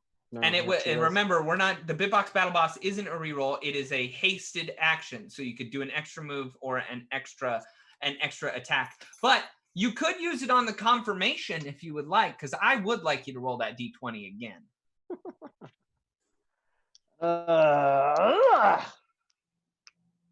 That is a 14. 14. You take your lance and you try to thrust it so hard. I mean, the rage is just going and going and going, that you thrust it so hard, it actually leaves your hand and propels itself into the wall across from you. Over there, you have no lance as it sticks in the wall. Am I really that strong to do? If you were playing dark, I mean, you just did 22 points of damage. So I think 42. But it's okay. Oh, right. So I think you're pretty strong. Sell yourself short, Adam. You're and strong. now it's his turn, and I do have to roll percentiles. I did move. Okay. I did take a step back, so I Yes, you did. There. You're right there. But you were the one that hurt it so much. So it's coming up to you and slamming you again. And I just want to remind you. Now with a reach weapon, do I get my attack of opportunity? It's a 5-foot step. Oh, just a 5-foot step. Oh yeah, because I'm only 5-foot stepped away from it. Little 5-foot step there, and I'm gonna roll. And if I were to hit, it would just be a crit. I'm gonna sink it. Okay. Diana uses her sink. I don't know. It's a 15. It's a 15? 15. Does not hit me. All right, that card is gone. So it does not hit you. But man, I really wish I crit you so bad again. All right. All right. Next up is Fabulous. Now we got Jacoby. Jacoby, what are you gonna do? I'm gonna halberd this thing right in its skin. Halberd it right in the skin. The skin. Oh, that was not so good. 15. 15 is not a hit. Do you want to move anywhere? Did you add +2 from did not. 17. A 17 is a hit. Oh, Good job, Diana. Right in the skin. Right in the skin. Ooh, and that's max damage for 17 points of damage. 17 points of damage. Yeah, you think you really you laid into it that time, but once again, just doesn't get through. Maybe a little bit it gets through. I mean, you think maybe like 2/3 of it got through. Like if you were to stick your halberd all the way into a skinned creature, 2/3 of the way it went through, the other third you're like, that should be going through. Are you including the handle in this? Yes. A very confusing analogy. Xander, it is your turn. Okay. I think I'm going to try. Hey, well, lightning. First, okay, yeah, do what you're gonna do. Wait, why? Why were you gonna stop me? Nothing. No. Why were you gonna stop me? You do what you're gonna do, man. You do what you're gonna do. I don't trust you. I mean, you do you, boo. You do you. Now I'm scared. I am going to. I think where I'm at, I'm fine. I was gonna cast lightning bolt. Yeah. Do it. But I feel like the way you're saying, yeah, do it, makes me feel like I shouldn't not do it. I mean, you don't see any reason why you shouldn't do this. That's the thing. So. Ah, God. Okay, I'm just gonna cast lightning bolt. Okay.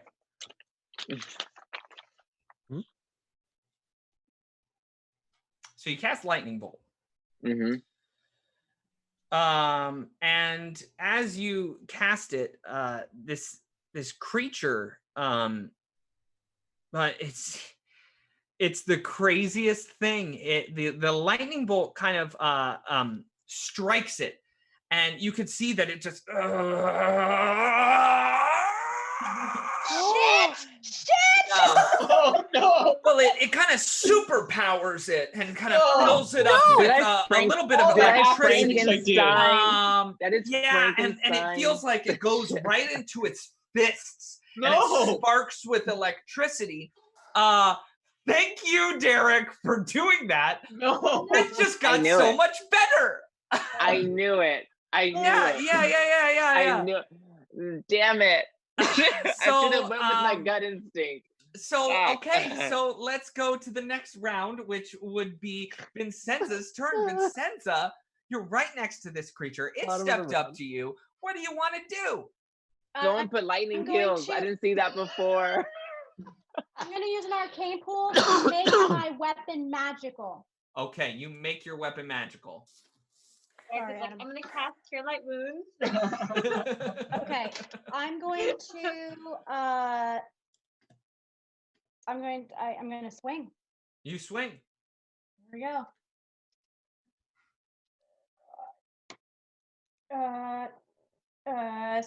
I'm gonna use an edge and then also the 2. So I'm gonna be hold on. So 17, 18, 19, 20 That is a hit. Roll Great. damage. damage. Oh, Vincenza, go. And then oh come on. And then the magical weapon gives me 2d6. Okay, so the weapon itself is 3 points of damage, and then with the magic, it's 6, 7, 8, 9 points of magic Okay. damage. Roll a knowledge arcana check. Because you're not a swashbuckler. Where's my arc? What kind of magical energy did you just put in your sword? I just made it magic. So 16 plus 12. It doesn't add 2d6 to if you make it I magical. thought it does. No, that's if you add and make it like an electric sword or make it a flaming sword. But It doesn't. in the description, it also said magic is a 2d6. I don't know what you're talking about because I've looked at that rule and I don't think that you think what No. it means. Yeah, no. If you See how it's written down? if you give it one. If you give it one of these those ones. qualities. Oh, but two. Okay, fine. So, but it will add 2 damage. But so you are at a total of 5 points of damage, correct? No, I rolled a 1 plus 2 is 3. But then the 2 from the magical. And I will tell you, your entire attack feels like it strikes true. You don't know why, but you feel like your attack in itself hits very well. Will you roll a knowledge arcana check? I gotta get she from did. I did. Sarah It was a 28. BC. 28. Thanks, Sarah. A 28. This is a flesh golem. And it is a construct, which might be the reason why shooting it with electricity is really bad, because you know that it gains like basically superpowers. But I will tell you that it does have a little bit of damage reduction, and adamantine is the only way to bypass this damage reduction. This Do is I all know, you, Vincenza. do Got I this.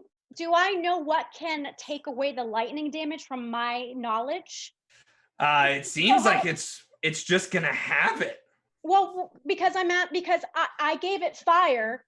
And then you said it slowed. Would I know anything else would have what else could help? Oh, you're talking about its special quality that it has called immunity to magic. So just adamantine is going to kill So it. it has immunity to magic. Magical spells have certain magical spells have some effect on it, like fire or ice, in which case it does negative things and cause it to be slowed for the round. However, things like electricity damage actually make it a super powerful monster that destroys everything in its rampaging path. And there's no way to debunk that electricity. Electrify it. Yes. No. We no. need to attach it to a ground. Not like But, water or that's- anything. That's like 2.5 pieces of information that I gave you. So that is all the information that you're going to get from me. And next up, we're at Lottie's turn. Can I yell real quick? Yeah, yell to your heart's desire. Are you angry, upset, or? I'm angry and pissed. I'd be like, no more lightning. It makes it more powerful. Only my sword is really going to cut through. So heal me. And then I would, yeah. I guess it's me. Vincenza's taking charge. All right. Now it is Lottie's turn. Lottie, what are you gonna do? Lottie's gonna free action throw the hand crossbow on the ground because that's not gonna do anything. Okay.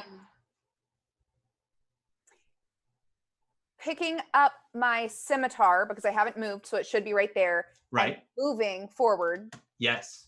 Can that be one like drawing and moving? No, because you picked it up off the ground. Cool. Yeah. Well, yeah. Yep. That sounds like fun and everything that I want to do. So, So you pick it up and move towards the creature? Yeah. That's Because I'm gonna try to draw some of the attention. And there's no more Bitbox battle bosses. I mean, like I feel like normally our Bitbox battle bosses are striking through. I'm not seeing any, but So actually, I'll tell you that Derek Lewis right now is the Bitbox battle boss. Wow. no way. Yeah, so Sarah BC gifted Derek a sub to the channel, and in doing so made him the Bitbox battle boss. Thanks, Sarah. So Derek, you get to awesome. decide She's the who best. out of your party, or even me, you can give me this extra boon, but gets an extra action during their turn. Can I talk with my teammates? No, you have this is Derek. Someone Give it just to put their hand Diana. up if they want to. Yeah, Diana. he's got the strong weapon. Just yell. yeah, Diana. Diana wants it. Okay, so you Give it to Diana. Give it to Diana. He said, Diana. We're all, who's that? The Vincenza. Oh, sorry, I don't know what came over me. All right, so you move up to it and you pick up your scimitar, and that's your action. Next up, we have Sora. Sora, you're still a wolf? You are a wolf right now. I'm gonna ditch this. I'm gonna turn back into half orc Sora. Okay. But I hear Vincenza yelling, "Heal me!" So I turn back, and I am going to move to her. All right, so you move over towards her, taking. Where are you? Can you show me your path that you're using? Because I just want to see if I get to hit you. Okay, hold on. What's my move action? I'm getting confused with other characters.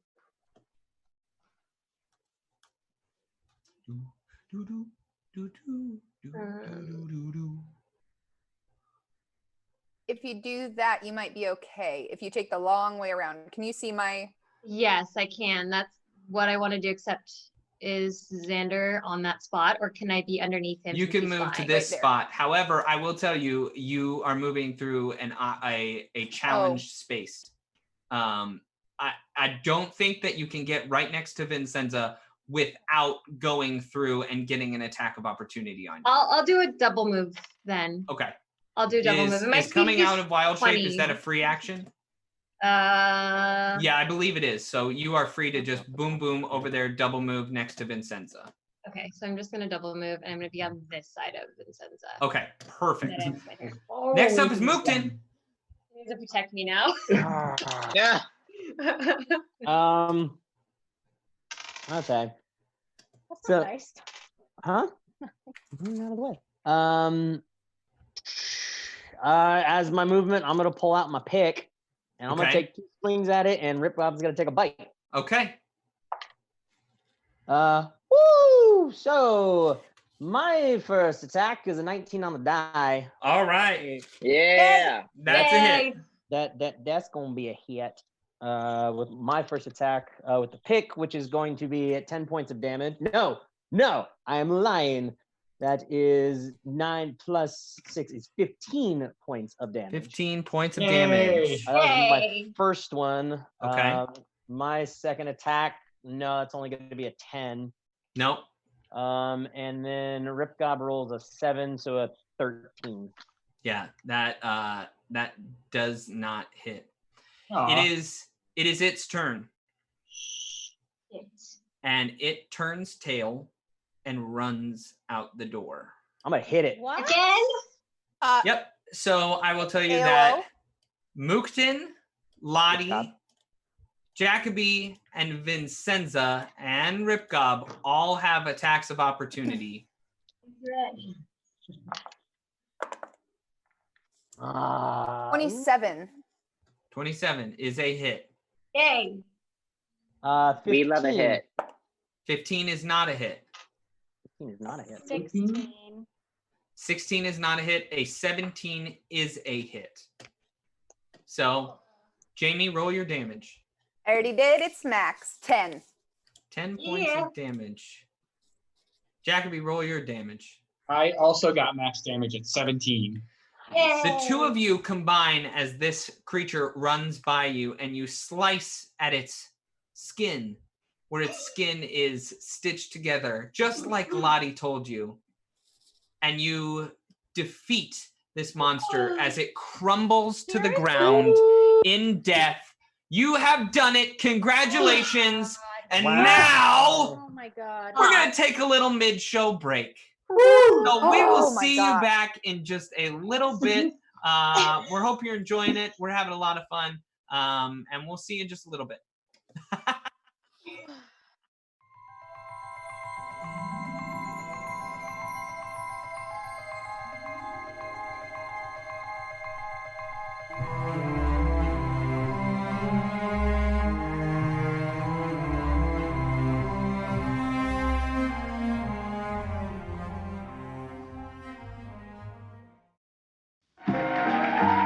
Norse Foundry Dice of Crits was filmed in front of a live studio audience. Where's Adam? I mean, we were supposed to start 20 minutes ago. Oh, yeah, I think he said he was picking up some new dice. Yeah. Hey, guys. There he is! Yeah! Did you get him? Oh, yeah.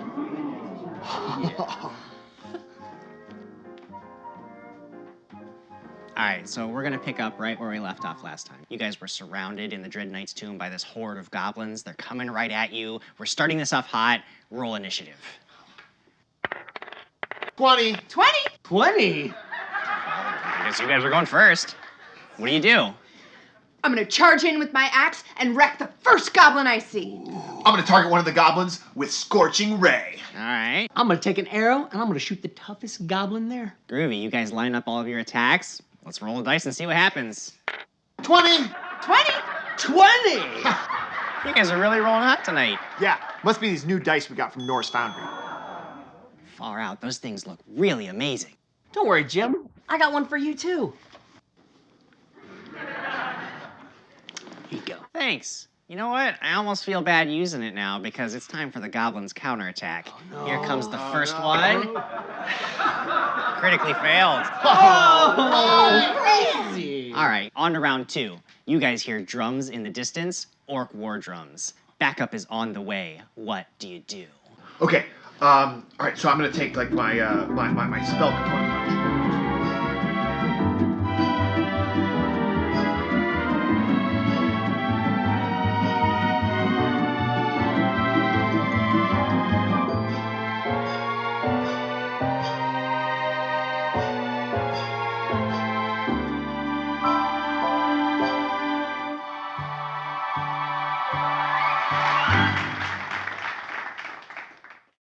Well, that's it. You've defeated the Dread Knight. You've ended his dark curse.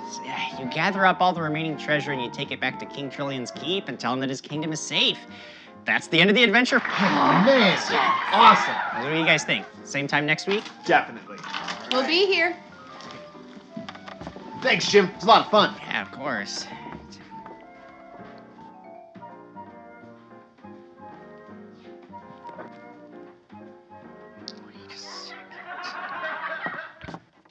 Hey, Jim.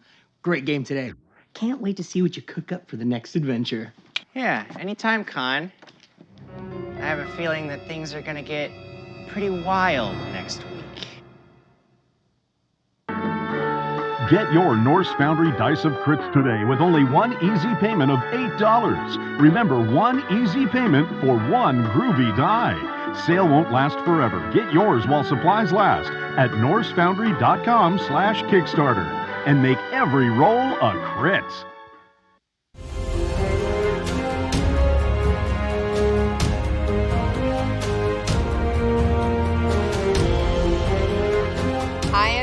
Mills, and in season 3 of Dragons and Things, I will be playing Odalie. So Odalie is a halfling witch, and she has a familiar, a spider named Draven. Odalie's personality, she's not quite bubbly, but she enjoys playing tricks on people.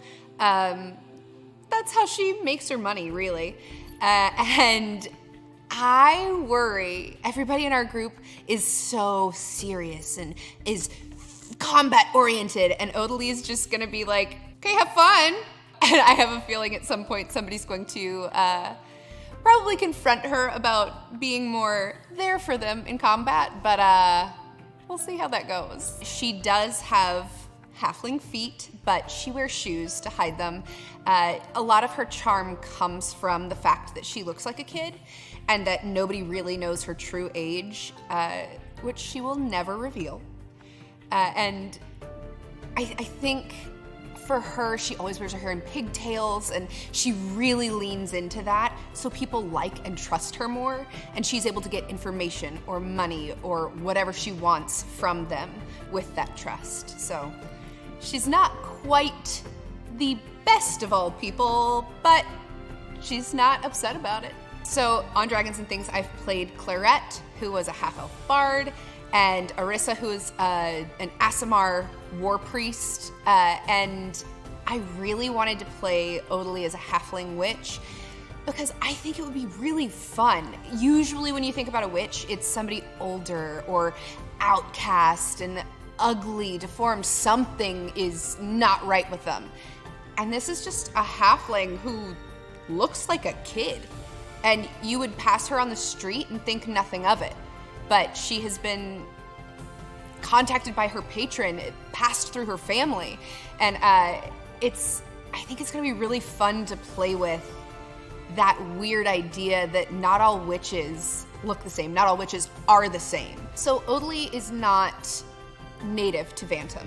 She came a couple of years ago and tried to kind of stake her fame, fortune here in Vantum, and she's done what her family has taught her, fortune telling, and she has kind of leaned into that, especially with some of the higher ups in the city, and she has a few clients that depend on her to go with them to speeches or meetings or help me with this day, and she does, and she makes things happen for them.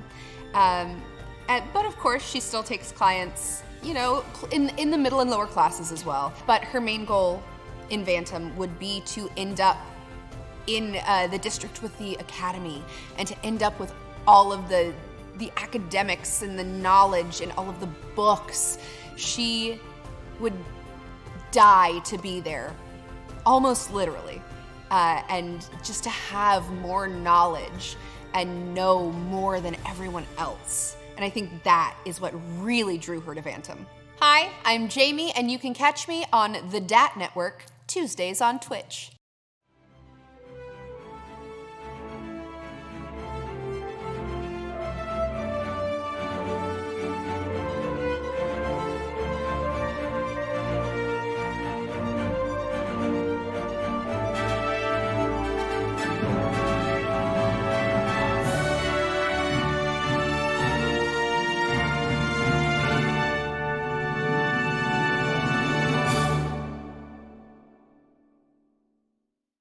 Hi, everybody, and welcome back to our Thursday night premiere / we've been playing this game for forever.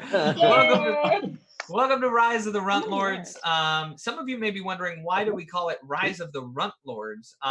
Basically, when we started this campaign, Jamie wasn't playing a human swashbuckler. She was playing a dwarf Shawanti barbarian. And Hana's character, Sora, was I think I'm under 5 feet. Under 5 feet, and we basically said every character was shorter than they should be. Might as well call it, except for Vincenza. So might as well call it Rise of the Runtlords.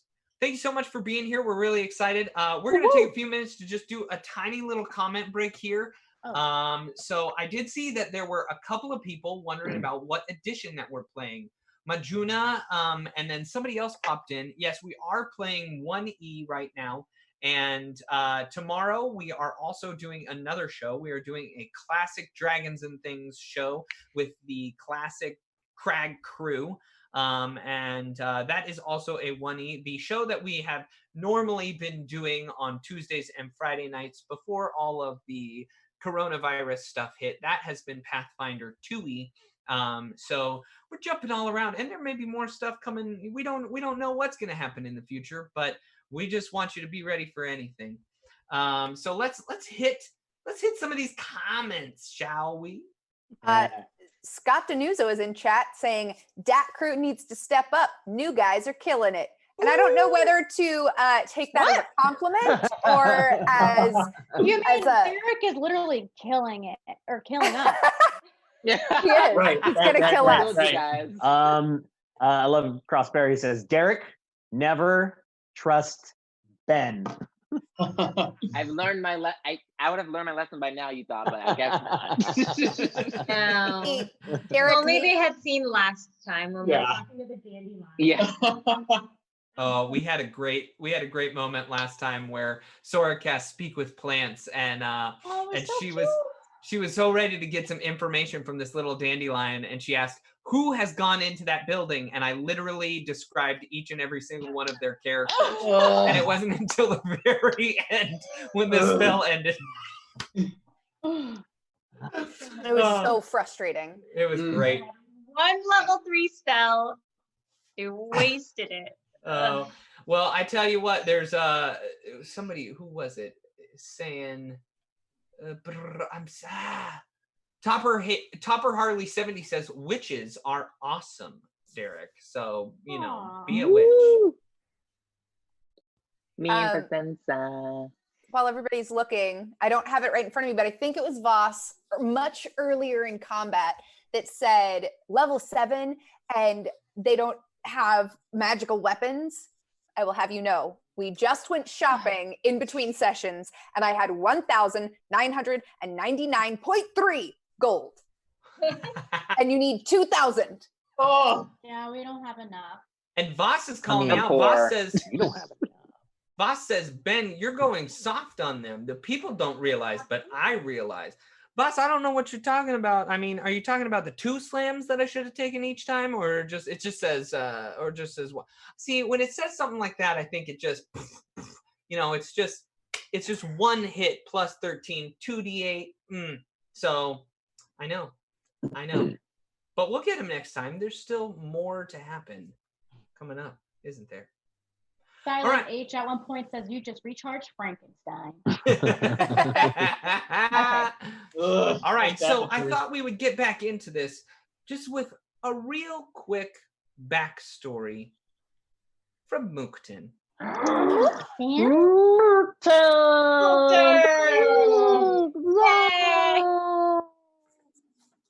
So Mookton, very tiny, very young goblin who was raised in cages for his first couple years of life in Thistletop, fighting for survival in the goblin castle. After proving he could actually take care of himself by dispatching other goblins trapped inside the cage with him, he was released.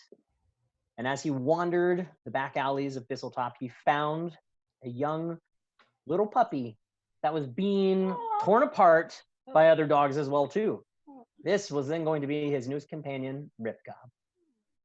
They ended up a fellow survivor who would always be there for one another and protect each other at all costs. They became a pair to be reckoned with, and they actually became kind of little leading generals in the goblin army of Thistletop.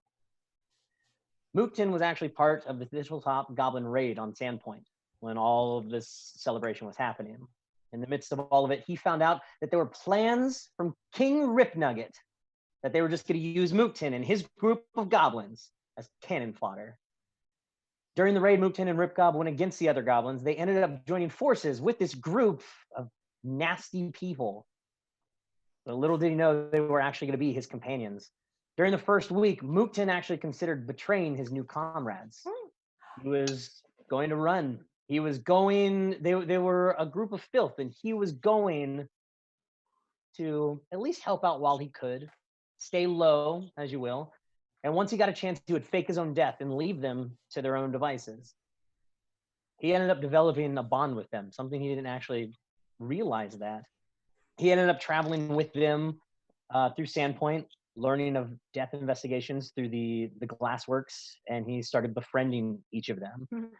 He got a really strong relationship with this dwarf by the name of Gala, and they all decided to travel to Thistletop, where he decided he was still going to try to fake his own death and just leave the group. And what ended up happening through the investigations, they got to Thistletop, and Gala died. And this ultimately broke this tiny little goblin. He was absolutely heartbroken. He's 14 years old, 14, 15 years old, and only developed a relationship with his dog. But he was heartbroken. Once they got back through Thistletop, he felt like he was kind of a changed person. He once they got back to Sandpoint, more investigations of death. Him and Ripgob even came across the Sandpoint Devil. They thought they were doing something good. They thought that they were going to protect the town, ward off other animals. But unfortunately, Ripgob, being a goblin dog, he sprays the tree and invites the devil. And so now Ripgob is now terrified of this thing and outsiders, which is something that Ben actually threw in, which was kind of cool. So anytime I come across outsiders, Ripgob has a 15% chance of actually staying and fighting. It makes it really fun. I love it. Even though now Ripgob is terrified of this thing, it has its scent, and they have to be even more careful when they leave. The last time that they came across it on their way down to Magnimar, Ripgob was thrown, or Mooktin was thrown from Ripgob, cracked his head, and he started seeing these visions. He saw himself on like this shadow plane and seeing all these people marked with this Shawanti symbol. They were glowing red, all these dead bodies, and he actually saw all this glowing red underneath this big old bridge that we have now come underneath it. That's where we're at. But he started off as an evil, angry creature, but he started to befriend his new companions and started feeling something he never had: love and appreciation. And from that point, he strived to be better and to help those around him. The loss of his new and his very dear friend Gala affected him more than he could have ever imagined. He now made a vow to protect his friends. No, not my friends, my family. And I have a pickle. Well, you took Adam Con, you brought Jamie to tears, and I think that is worth Oh yeah. a little point of inspiration. There you are. I also want to point out we've got cheers from Sarah BC1. We've been followed by Majuna. Thank you so much for that. And also we've got more donations that are coming in. The Cade donated $36. Sinks for the group, but not for GM Ben. No, for you, Ben. And Sarah. And then Sarah BC1 dropped another $50. A card for Sora. All so, right. Anna, Girl. tell me when to stop. Yeah. Gain a 5 of hearts. Nice. 5 of hearts. Anna, 5 of that hearts. you get temporary hit points equal to that number. Oh, awesome. Yeah, so you get 5 extra hit points. You the girl. On top of everything else. Okay. And now we continue along. You've just destroyed Scarecrow. He sits crumpled at your feet. Lottie and Jacoby did the final blow, crushing this creature to the ground. What do you do? Ripbob's going to walk over and start munching on it. Okay. Yeah. Try to. He tries to just bite in and eat, but there seems to be some magical oddity about this creature that makes it it's unique, and it seems to not be resistant to just being eaten in a normal fashion. When it's dead? So then I take Ripgob and we go over and I pull my lance out of the wall. Okay. You pull the lance out of the wall. Good job. Who wants to have this really cool scythe on the wall too? Is the scythe large. Yeah, it's real big. I go over and Yeah, try to I pull figured. that out of the wall too. I don't know that you're strong enough. No, but yeah, you're able to get the scythe out of the wall. It's so huge for Mookton. Like he can't, it falls to the ground. He just can't get it properly balanced enough. He's a super strong goblin, but it's very, very hard for him to have this thing balanced. I mean, Jacoby's a full-grown human adult that is strong, but it would still he would have massive penalties to wield this thing. But you're saying I can wield it.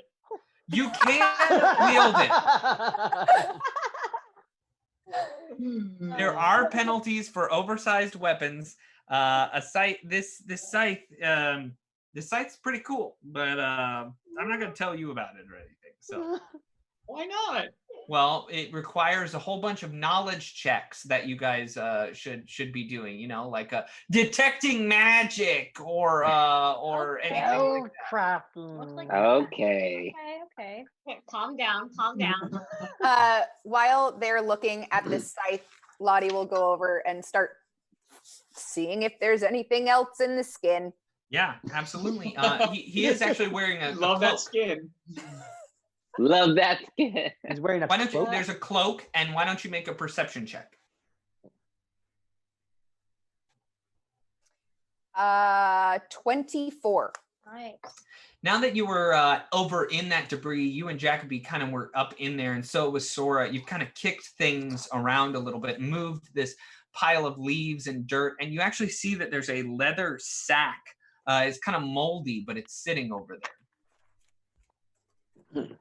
Sorry, first you said there's a cloak and then a leather sack. Yeah, the creature was wearing a cloak around its shoulders. Okay. And then a moldy sack. Myrtle sack. Lottie will gross.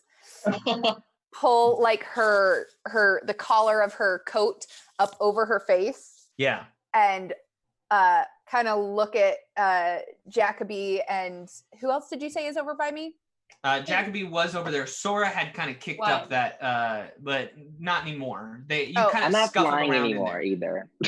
Okay, she'll before she opens. She's just covering her face before she opens the sack. Okay, so you open it up and you find a pretty good pile of some treasure.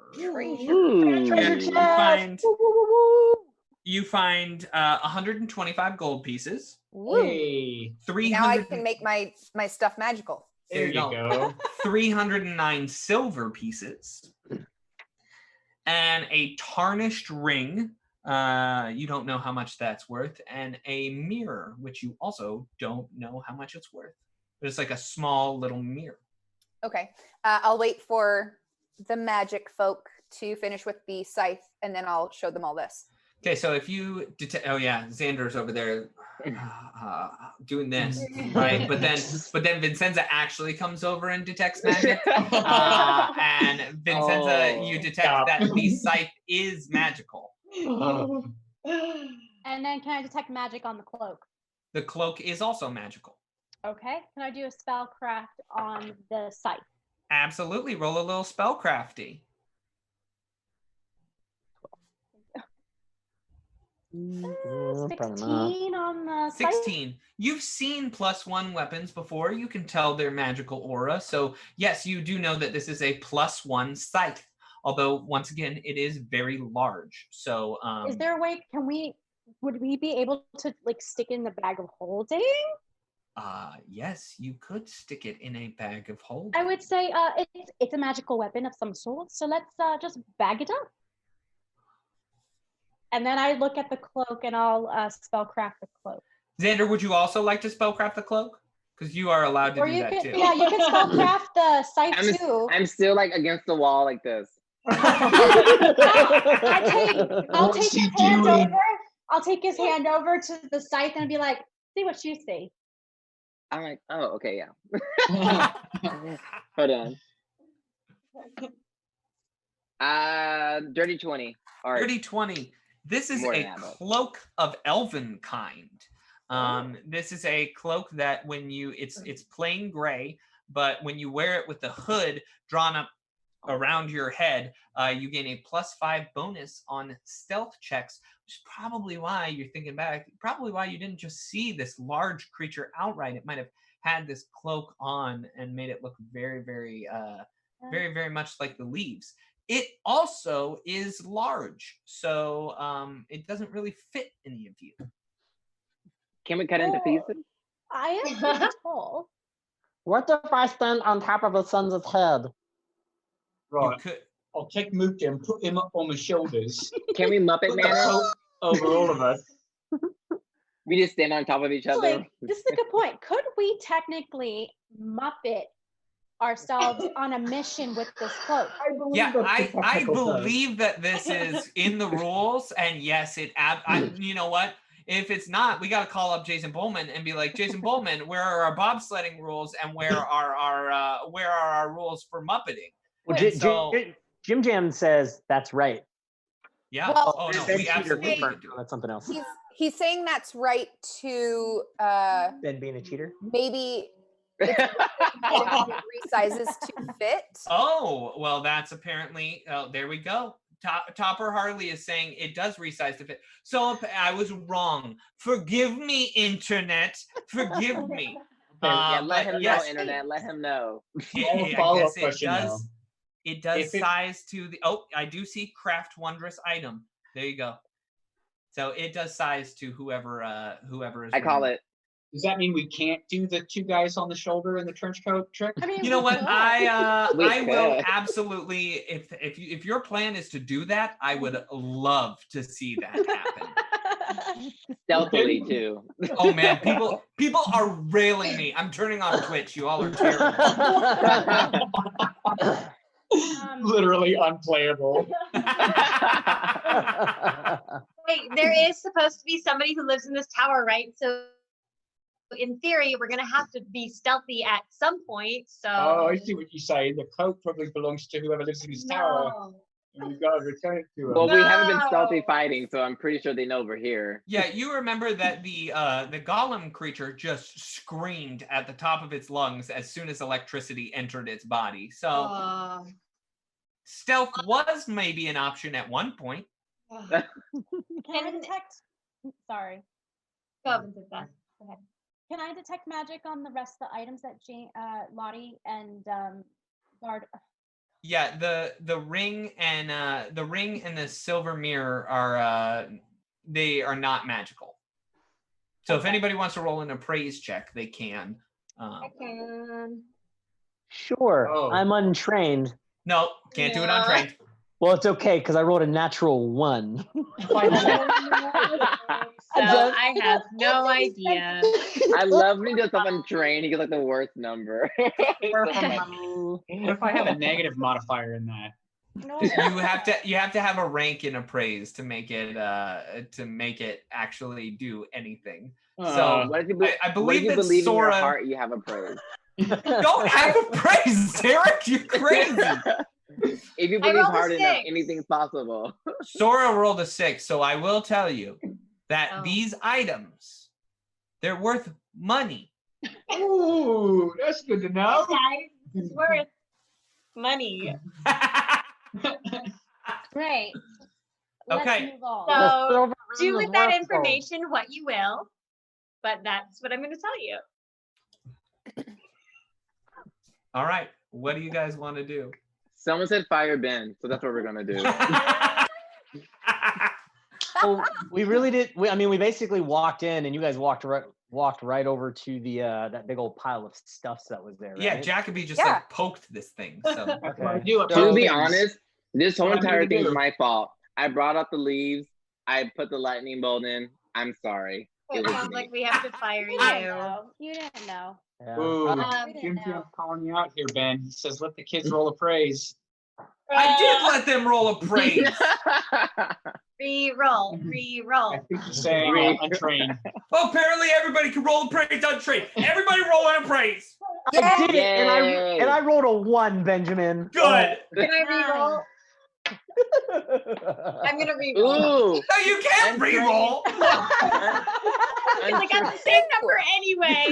I'm throwing. I got 18. I got 9. I got 18. Oh man. I don't know why I'm Okay, doing this. so what happens is that everybody's looking all over the floor, and they're like, "These are worth money," and everybody's agreeing, "Yeah, those are worth money, absolutely." And Xander's floating down from the sky, from his flying. He's like, "That's worth 75 gold pieces, and that's worth 50 gold pieces. Are you happy, internet? Are you happy now?" Okay, you should Yeah, have said it. by the way, this is why we don't read real time group chat. Yeah, I know, for real. I'm getting off of it. You guys are terrible. All right. Okay. Can I do peek through the first room that I was originally gonna do? So I can tell you that in looking through these doors, you can spend some time down there. And this is a decrepit building that looks like it was never fully finished. And whatever was in here might have already been ransacked, or there might never have been anything in here. And the wheelbarrow, the whatever that Wagon. thing is, the wagon. There's it just. I mean, the it's wagon. like one wheel is literally fallen off, and the others just don't seem like they're working. There's right. there's nothing. Can I try to listen or look around and see if there is any signs of any other beings in the building? Yeah, absolutely.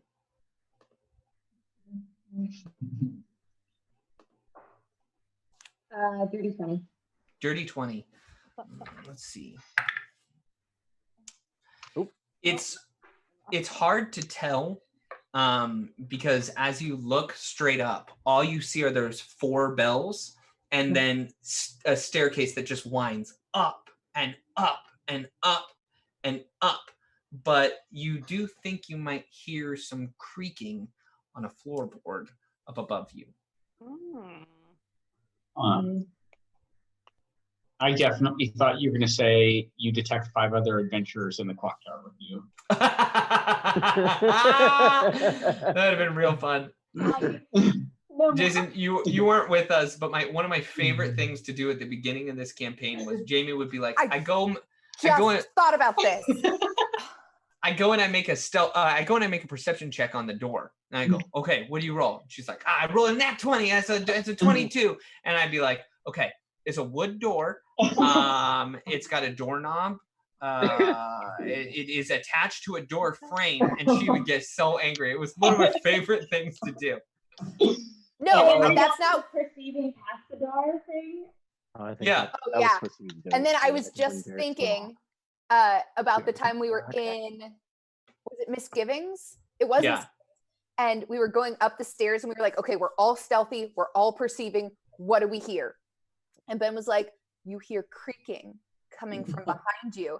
And so we were all like whipping around to look at what was behind us. And like, I think I even gave in and was like, I know you're there. Like, it's just you walking up the stairs. The stairs are walking.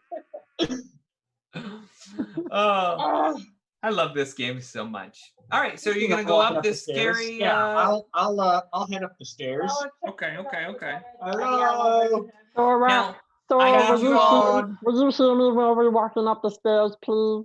So I gotta ask you guys. I'm gonna ask you to be very specific with what you do all around in this next few areas. So please, on roll 20, go 15, 20 feet, but please mark how you're doing it. So kind of like we did when we were at Misgivings. Absolutely, yes. Okay. So if Jacoby is in the lead, let us see him in the lead. Just so you know, our pictures are not sync anymore. So Adam, we need to both kind of squeeze together in frame for now. Huh? Derek got disconnected for a second, and it messed up the view. Oh no! Good job, Derek. No. Sorry. Oh, Derek. Now you're Sora. Yeah. Oh boy. Oh yeah, boy. We gotta this be is real a close. disaster. Is that a difference? Okay. Hey, Derek, bounce back and forth like this, real fast. Go one side to the other. And now you're Sora, Jacoby. Sora, Jacoby. Sora, Jacoby. What? Yeah. Sorry. Okay, You're so right. Jacoby's leading up the stairs. Jacoby's leading up the stairs, and it gets to a second level. I mean, this is going very quickly up in its progression. This is about it gets 20 feet higher in this next little section here. Go ahead. I was gonna say, can you guys slow down a bit? Wait for Sora to heal Mookton, please. Well, we'll just do it while we're going up the Oh, stairs. okay, That's okay. fine. Okay. Does anybody want to go next, or do we want? Move Okay. to here? Does anybody want to follow Jacoby up the stairs, though, or should I just? Well, here I was gonna say once she heals me, I was gonna be right behind him. Okay, you So, go yeah, on ahead. Yeah, we'll just. Yeah, I think that's my deputy. So that section of stairs that you are on right here, that you were on right. Come on. I'm next to Sora, like girl. The level we're on the first level.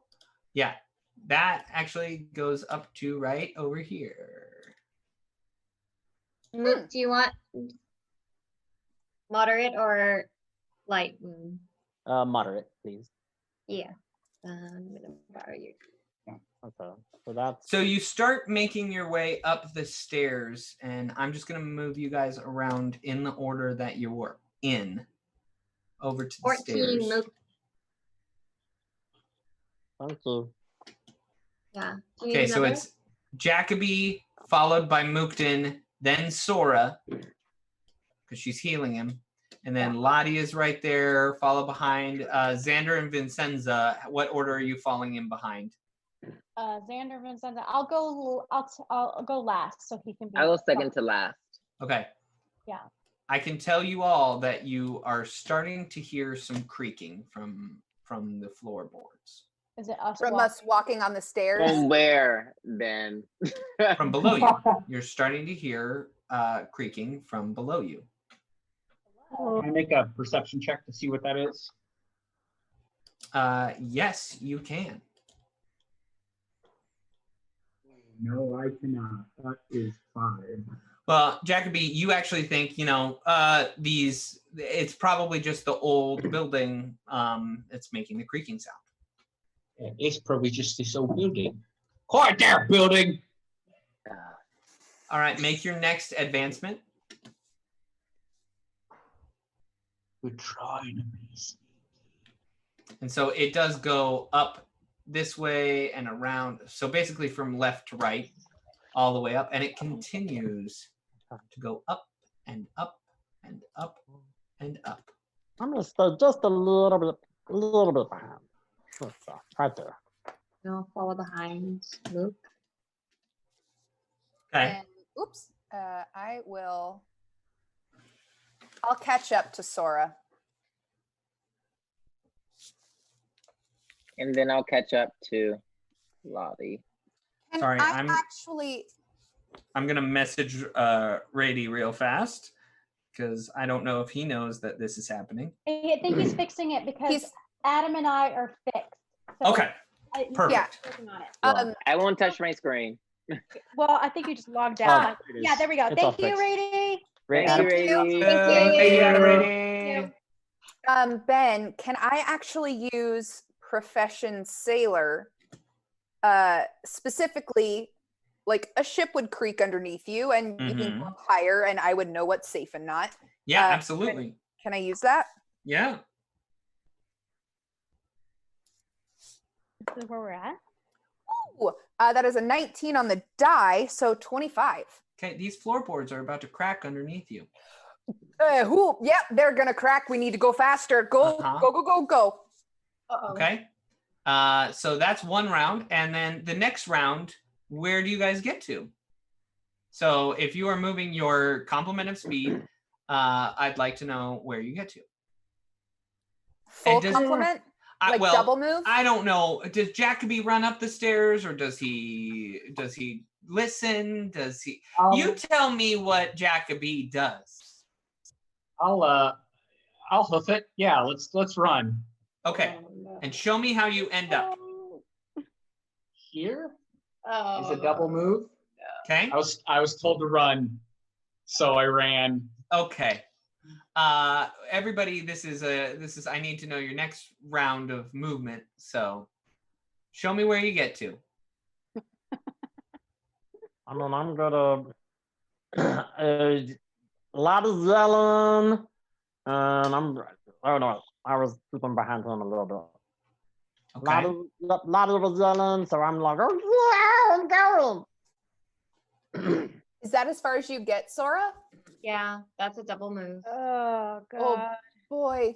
Okay, so just I for got little legs, guys. just for the DAT fam who can't see Roll20, Jacoby is like halfway up to the second level, and Mookton is me not far always. behind him. Sora is maybe a quarter of the way up, which means the rest of us can we move through her, but then we just leave her, right? When Lottie said we have to move fast and the floor is falling, I jump on her back. Okay. And all right. So you jump on Lottie's back. Good to know. So please put your character out. We'll say you're right behind her, but I'll know that you're on her back. Why are you making it heavier on the stairs? Okay, so that happened. I weigh Vincenza, nothing, Jacoby. Where are you gonna go? Lottie, Have you seen this figure? Lottie's gonna move just ahead of Sora. Okay. Why can't I move? How far?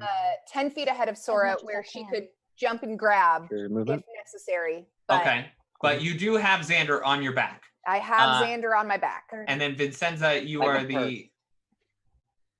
the other one that is still behind. Where are you gonna go? Make it essentially to here. That's your double movement. Right there. Then. Uh-oh. Yeah. Going there.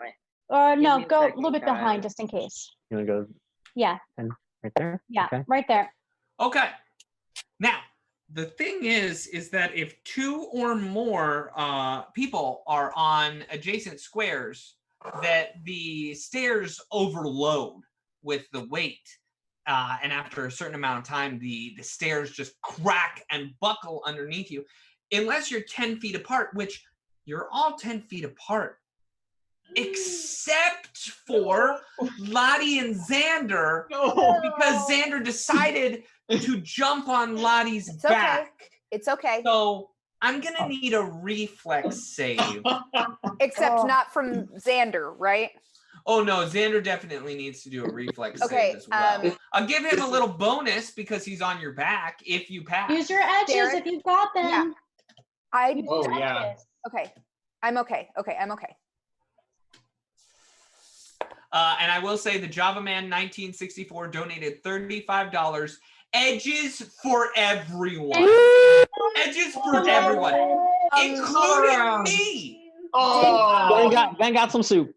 I have a question. You didn't Yes. say that before I rolled. Can I still use my edge? Yeah, you had one edge. You can only No, use I one used- edge at a time. I used my edge earlier. Okay. Yeah, you So you would just, I didn't see that. Can I add that edge now? sure. Yes. Thank you. Don't let anybody ever tell you that I'm not a fair and just, you know. No, that's Jim Jam, not you. You're just evil. That's going to be a 15.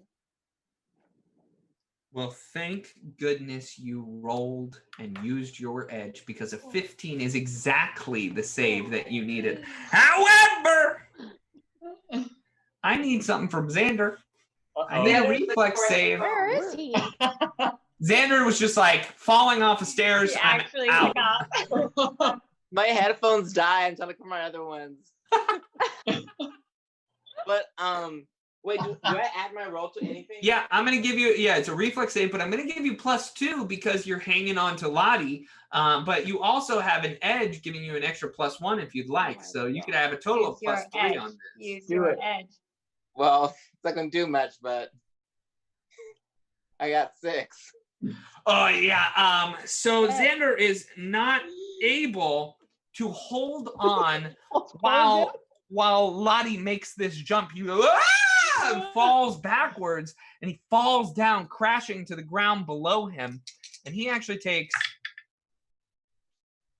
Well, he only takes 4 points of falling damage. Ah! But now you are all the way down here. You kind of hit this wagon, and yeah, you're downstairs. There's a big hole. Lottie, you're clinging to the rock to like the interior wooden scaffolding of this building, and the structure of it. And there's a big hole from here to here. Oh. Yikes. Oh, boy. Shoot. He's gonna throw Sora. Yeah. Well, Xander can fly. I'm gonna there's enough room. Well, I'm gonna wait till Jacoby and Mukten get a little further and pull myself up on the opposite side. Okay. So that when the next two, Vincenza and Sora, and then Xander, I guess, come to jump, I'm gonna be there to like catch and pull. Okay. Absolutely. Are you telling us If they want the help. Are you telling us Don't- to keep going? Yeah, keep going. Okay, then I'll keep going. Slowly. Well, I don't know, slowly. Just stay 10 feet away from each other. That doesn't sound like Lottie. That Stay doesn't 10 sound like feet Lottie. away from each other. Who that woman was. But before I actually move, I've got some rope in my pouch. I'm gonna. Is there anything to tie it onto on the wall, Ben, or is it really just like? I mean, you could literally just rip a little part away and tie it to the interior of the wall. You could tie it to like one of the studs of the wall, but Okay. I mean, you don't know if even that will hold. The walls are that bad. Yeah, well, I'm gonna at least try that. I'm gonna tie it, and then I'm gonna toss it over to Lottie to at least try to help. Okay. And I'll just say, be careful, and then I'm going to start moving this direction closer to where Jacoby was as well too. Right. Moving away to Absolutely. get some space off. Cool. I'm really curious about what Sora, Vincenza, and Xander are planning on doing. Who goes next? Is it Sora? Well, yeah, let's see what Sora's going to do. Or we could see what Xander's going to do after Xander fell 20 feet onto the ground and crashed into a wheelbarrow. Oh. Wow, I'm gonna look down at Xander You know what I mean? and ask, "Are you okay down there?" I'm fine. Just a bit traumatized. That's all it is. How high can I fly again? Oh, you used fly, right? And then you stopped. You could do it 3 times? That's what hold on. Isn't it 3 times in a day? Oh boy, Derek. Oh boy, oh boy. Yeah, which hex? Also, everyone, if I mess up the screens again, I apologize. Oh, how dare you? Did you mess it again? No, we're all because good. my headphones disconnected, so I was like, I don't know if it's gonna mess up. You're good. You can use fly a number of consecutive minutes, or they don't have to be consecutive. So you can fly for a number of minutes up to your level in 1 minute increments. So you could cast fly again, or you could use your hex of fly and get flying. How many feet high can I go? As high as the sky, my man. Okay, can I cast fly myself so I can go high? Yeah. I honestly think I'm not gonna make the jump over the hole. Absolutely. So I think this you is my cast best bet. fly, and you just start whirling your way up this thing. And do you want to be in the middle, or do you want to be on the side? Like, where do you want to be? When I land? No, I mean, like, where do you want to be in this flight? Do you want to be in the middle area, or do you want to be around the sides? Well, I was thinking just going straight up from where the hole was. Yeah, but what I'm saying is you don't even have to take the stairs. You could just go up. So do you want to go in the middle, or do you want to go on the sides? Or do you want to go and then continue walking along the stairs, or do you just want to keep flying? Oh, I see what you're saying.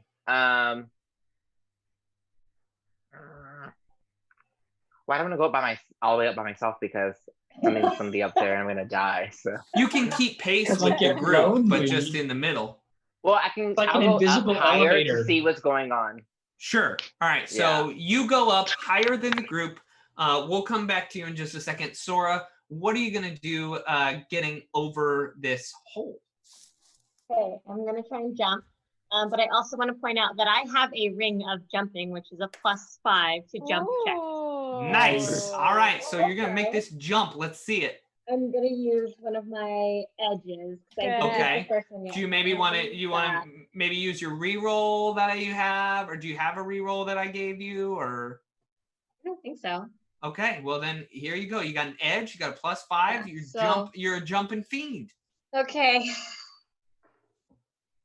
That is a 16. Yeah, you are able to jump across this distance. You're able to cling to the side, and you're just fine. You're able to make it. All right, now Vincenza, you're the only one left over there. Breathe. Okay. I guess I'm gonna jump as well with acrobatics. Right? Yeah. I'm gonna use an edge. So I have one edge left. Okay, here we go. Wish me luck. Good luck. And then I look at Lottie for a catch if I need to hold on to her. So here we go. Yep, need to hold on to her. 5, 6, 7, 8, 9, 10. 10! You said acrobatics, right? Yes. +9. Just kidding, looked at the wrong number. 14 to 16. I still do the same thing to Lottie. Yeah, you are able to get you're able to get over the gap as well. And all of you now have kind of learned to separate out and be a little bit more cautious about this area that you are climbing up. I'll reveal the next but you can see these stairs, they're just going up, and you're climbing an elevation, and it's tiring. So you can continue your pathway going up these stairs more and more and more. Xander, you see something as you're going up and up and up. Okay. But we'll find out what that was on the opposite side of another little comment break. Here we go. Comment break. Oh, goodness. There's a couple good ones. I gotta look. You look there One and I'll look recently, Topper Harley 70 said, "Don't fly too high. Remember what happened to Icarus?" Wise words. Scott Denuza says social distancing rules apply. Yeah. That's fair. I like that Boss said, fly makes this easy. Yeah. Yeah.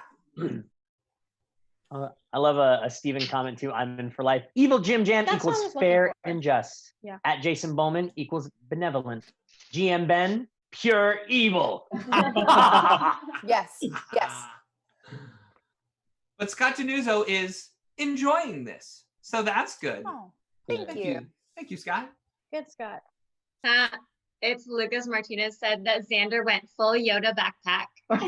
Hey. Can we give a quick shout out to It's Lucas Martinez, who did the awesome artwork for us? Yeah. Oh yeah, it's so Oh, amazing. yeah. It's so cool. Thank you. I look the best. I love it. Not only that, all right, but let me tell you about what happened is that we found out 2 days ago that it was for we found out 3 days ago, but 2 days ago for sure that it was happening because we had to contact all the players, and we only had the artwork from the very beginning of the campaign. So that one did have Jamie's character Gala. And so I messaged Lucas, I said, how fast can you put 2 other characters in with that group? He said, I'll have it done by showtime. And boom, he was done, and it was so fast. And Lucas is a true professional, one of the best. So good. We love you. They look great. I'm so I happy look with the them. best. I look the best. Yeah. Wow. My outfit's amazing. Super fancy. I have a bucket on my head. You do have a bucket. We have a cheers from Sarah BC1 and a follow from Campaign Coins. Thank Good you. to see you. Well, let's get back into the action. Let's get back to business. Xander, you fly up, and you fly up a good 20 feet above your companions. And as you could tell, it keeps getting smaller and smaller. Actually, it keeps getting smaller until you are about midway through, and you see Trix. Uh-oh. Well, if there's no bill anywhere this time, so that's nice. Oh no. So I'm flying up and I see, and I come to her level, Mm-hmm. and I look, and can they see who I am? Obviously. Yeah, they can see you. So I look and I go, Trix? Hi, Xander. What are you doing up here? I'm going up. Why? Oh, well, it's a stairway, and you either have to go up or you have to go down, and so what is I'm your going up. reason for going up? My reason for going, do I have to tell you every reason that I have? Probably it's a good idea. Oh, well, I told you it was dangerous in here, and I think you're starting to see why. And Trix takes off up the stairs. At that very instant, I need everybody to roll a perception check. 20 on the die, 24. 24. 21. 21. Okay. 15. Sorry, what? Boo. 15. 15. Body's 12. occupied with the creaky stairs. 8. Mm-hmm. Mm-hmm. 8 and 12. So this this is not going to be fun, I think. All of a sudden, those of you who can see and hear, and Xander, you're a little bit closer up. Actually, I'm going to move you in order up to this level that you were at, because we are a good 60 feet up into the air at this point. And you're all taking your time. But Xander is up a little higher. And Xander can hear this crack, this fraying of rope even. And as you look up, you start to see that one of the bells, I knew it, starts to fall. Oh. The one in the northeast corner, to be precise.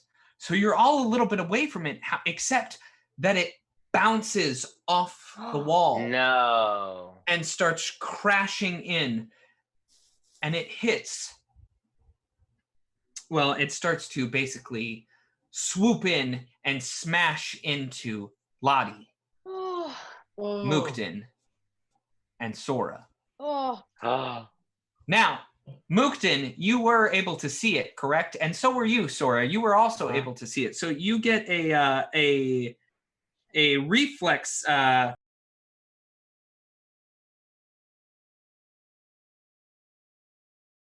Okay, so we are back. Yeah. So you might not see our faces, but hopefully you can hear us. And if you can hear us, I'd love a little indication in the chat that you can hear us. Okay, I hear we're back. Okay, so We're back. Yeah, hey, Yay! here we go. Sorry about that. Yeah, so I'm gonna refresh too. That's what Neo said. Refresh. So I'm refreshing. Couple. You are refreshing, Ben. Thank you. That's very generous of you. Gross. Gross. Couple of things I will say is that Derek. Hey Ben, you're getting a request to speak louder. They can't hear you. Okay. I think that's from Crossbearer 18. It might be. It might be a little joke. All right. It might be because Kyle does what Kyle is going to do. So what I will say is that right now you will not be hearing quite a bit from Derek until he feels he is ready to talk. right as soon as that happened, he got some bad news. And so we're waiting to see when all of that gets better. So if you don't hear from him for the rest of the time, just be thinking about him, be praying for him, and keep him in your thoughts. And we will continue on. We just left off with Lottie being hit with a bell, Mookton being hit with a bell, and Sora being hit with a bell. It was a 30 to hit, or a 31 to hit against Lottie, a 26 to hit against Mookton, and a 30 to hit against Sora. And I guess I need to include Ripgob in that as you're riding him up the stairs. Ride check on Ripgob. Ride check on Ripgob. Yeah. Okay. All right, make a ride check. Adam Khan, would you like to use that sync you've got for Ripgob, or do you think it won't matter? I don't think it will matter because that is going to be a 25. Oh, well, the attack is a 29. So it actually surpasses that. So what's going to happen first is a little bit of bludgeoning damage as this huge bell tolls upon all of you. The bell tolls for thee.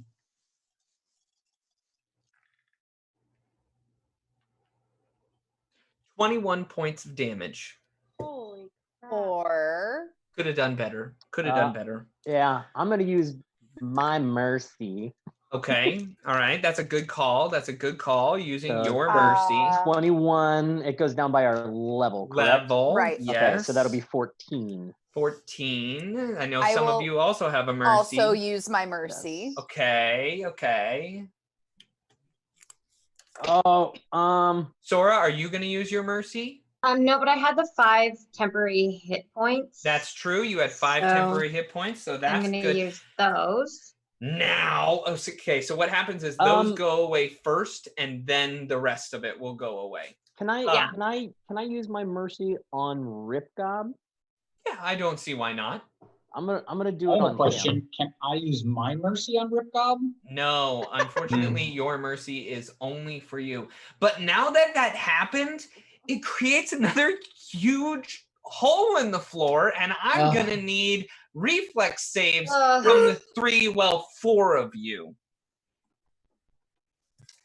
Adam Khan, don't forget that you have this if you would like to use it. All of us? Now for card, do I have to say I'm going to use it now, or can I add that on to it? You have to say you're going to use it now. Okay. I'm going to. Oh shit. I'm going to use it for me. Ripgob's got a little bit better of a reflex than I do. All right. Adam Khan, you also have 3 edges. Yeah. Yeah, so I'm going to use my card on me. I'm going to use an edge for myself and an edge for Ripgob. Okay. Okay, cool. 23 for my 23. No, I'm sorry.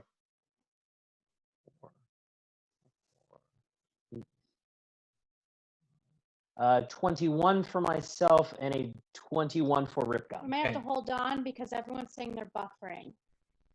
No. Yeah, some people buffering. Crap. Yeah, they just said that they just lost audio. They did? Or Lucas was saying, yep, now just lost audio.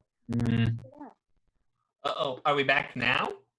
Oh, no, I see a lot of buffering.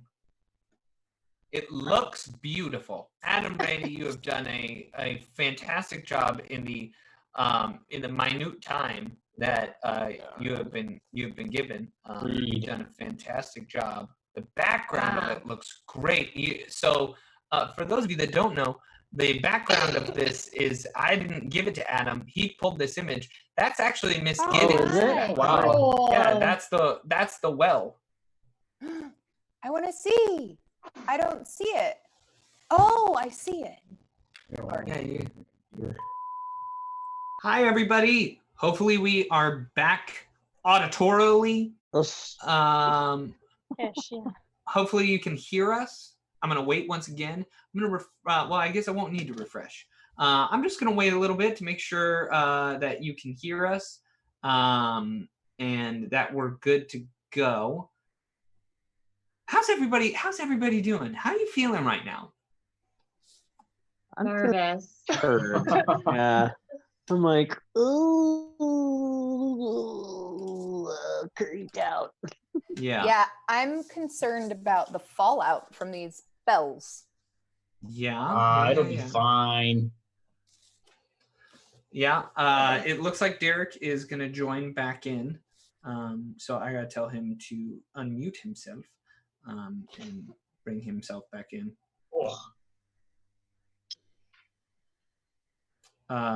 Yeah, this building's falling apart.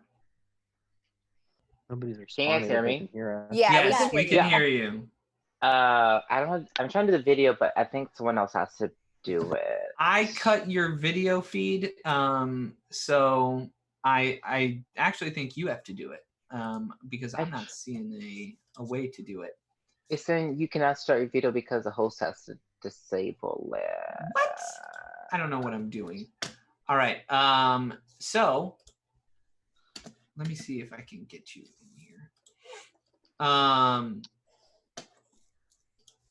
Okay. It looks like they're saying they can hear. Well, The Eric, audio's the good better. thing is that the Awesome. audio is back and not anything more than that. So At least there's audio. there you go. There's your video back. All right. So, Java Man 1964, I see pictures. That's good, but you can hear our voices. That is fantastic. So, where we were at, the bell had just come in and smashed up Lottie, Mookton, Sora, and Ripgob. And now we have reflex saves that are coming. And Mookton and Ripgob both rolled 21s, if I'm correct, using up all those buffs, all those good things that you, the fans, the listening audience, you Thank you, all guys. gave them. And I will tell you, those are 2 passes as you jump clear across the way All on right. Ripgob to the other job. side, and you are safe from falling 60 feet down to the ground. So Lottie, I'm gonna need also a reflex save from you. Do I get to keep the same roll that I had from earlier? What do you mean by that? I Like had before the rolled sound went out? before, yeah, Yeah, absolutely. I'll let you Okay. keep that. 25. 25. You also are able to you basically rock climb across the wall over to the Yes. other side. Nice. And now Sora. Wait, I am going to use my Norse Foundry coin from. Okay. like, All 30 right. sessions ago. Good. So you give me that point of inspiration. Yes. Okay, the first one is a 12. That's not great. Okay, come on. Do you have any before you do it? Do you have any edges? Do you have You do any? have an edge. Yeah. Yes. I will Okay. use Use my that. second edge. Oh. What was it? We can't really hear you. What was that? The 12 is better. I Over just here. rolled a 8. Is I that rolled a with 12 the edge? and an 8. Yeah, 8 with an Oof. edge. Sora I'm falls. dead. Falls. Can I reach out and 60. grab her? Oh, is it possible if someone you're- fly down and grab her? You're 10 feet away. If any of you can fly, Derek, can fly. fly. Derek, hair, Aren't I- fly. Fly. Aren't I still hair. flying? yeah, you can fly, but Sora is falling right now.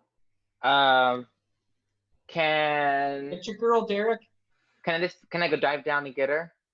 If you dive down and get her, I'm gonna need fly checks and strength checks. Like this is gonna have to be very, very serious. So the Use first your is hair. Yeah, would it be better if I use my hair? so the first. Well, I'm telling you, I don't think you have time to use your hair. Activating that is a standard action, and you are going to have to go your full movement speed to go catch her. So the fly check is to get down to her, and then the strength check is to catch her. Okay, let's do Use your that. coins. Use your coins. Do what? All your Froze. coins. Oh, And you have an edge, which adds +1. okay. You have my last coin, Ben. All right. Uh, On the That fly works. check, on the strength check. I'll give him one for whichever one he doesn't use. Okay. All right. So Oh, you're rolling twice yeah. on each one of these rolls. Can he roll a third time if he needs to? I mean, if you want to give the coin, you can give the coin. I'm gonna throw a coin out there too. On which one? On his strength check or on his? On the strength. Okay. Yeah. We'll go. Well, I just We'll go rolled for strength. strength, and Well, first roll your flight check. we roll for my flight check. Yes, I need 2 rolls for your flight check. Okay. That's why I was asking Java Man. No one has feather fall.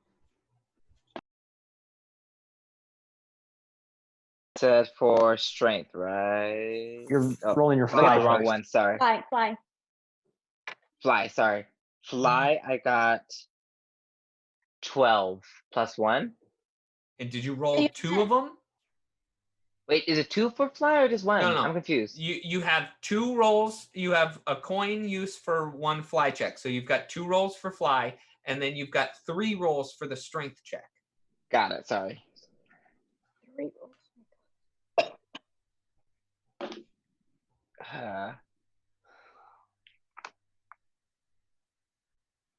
19. Okay. 19. You are able to go. fly Okay. down to Sora. Now, before you use that strength check, roll a wisdom check. Oh, be smart. Be smart. Nobody can see you yet. So, now Looks they like can. good Yeah, idea. back. Yeah. Hey. Yay! Pressure's on, Derek. Wisdom. I add the ability score or just the modifier? The modifier. 9. 9. Okay. You don't know. Roll a strength check. You get 3 of them for strength. Okay. That's 1.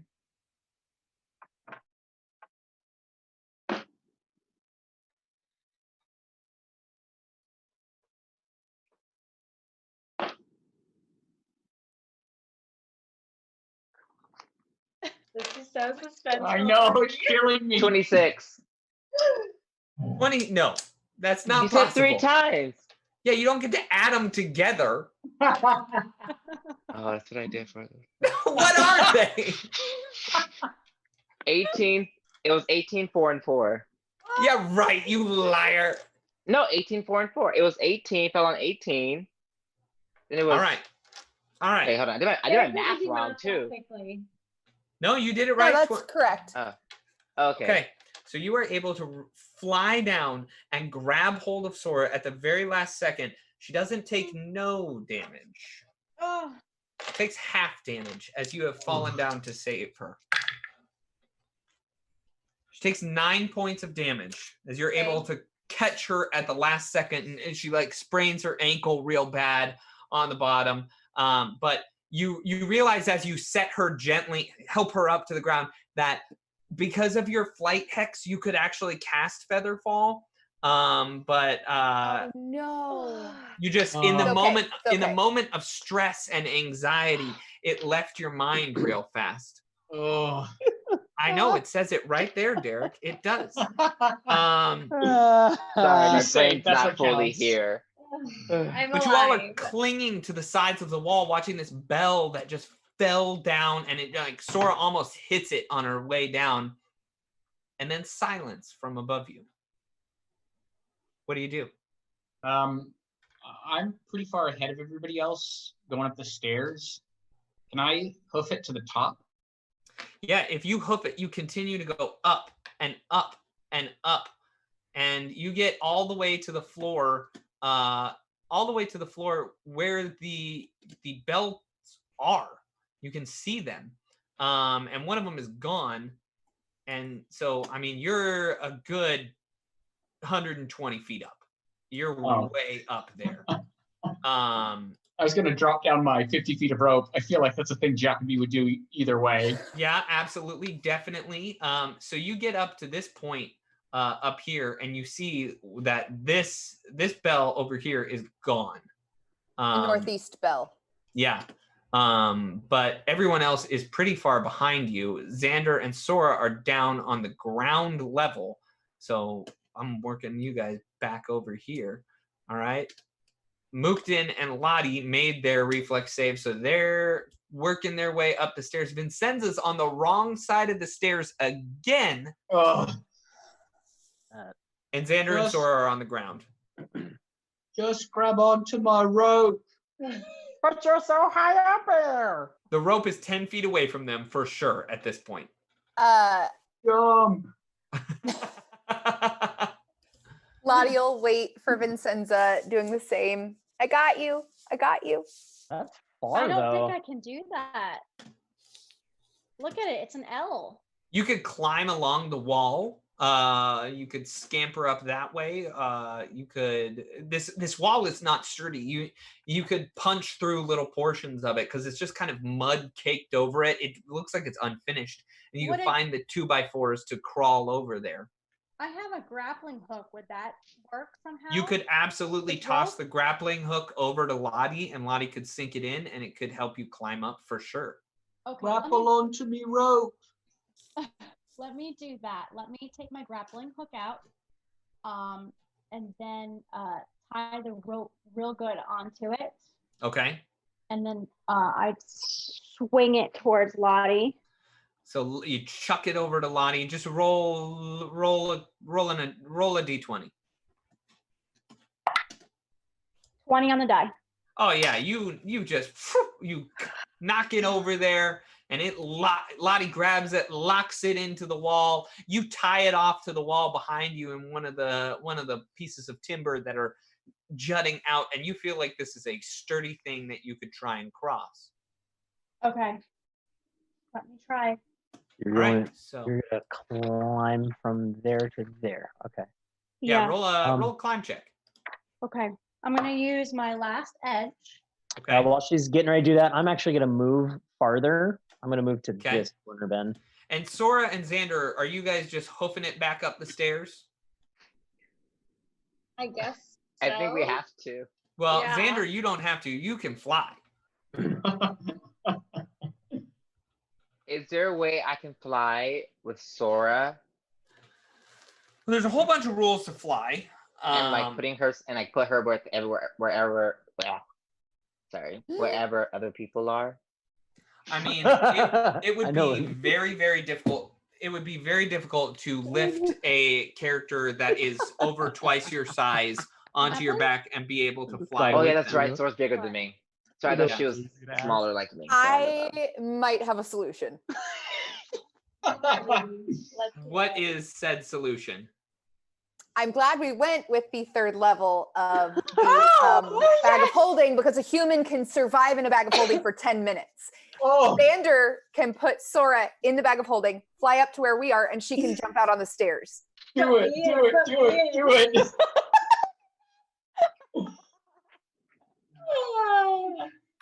So you drop down the bag of holding, it thuds to the bottom of the ground. It hits with like a nice leathery drop.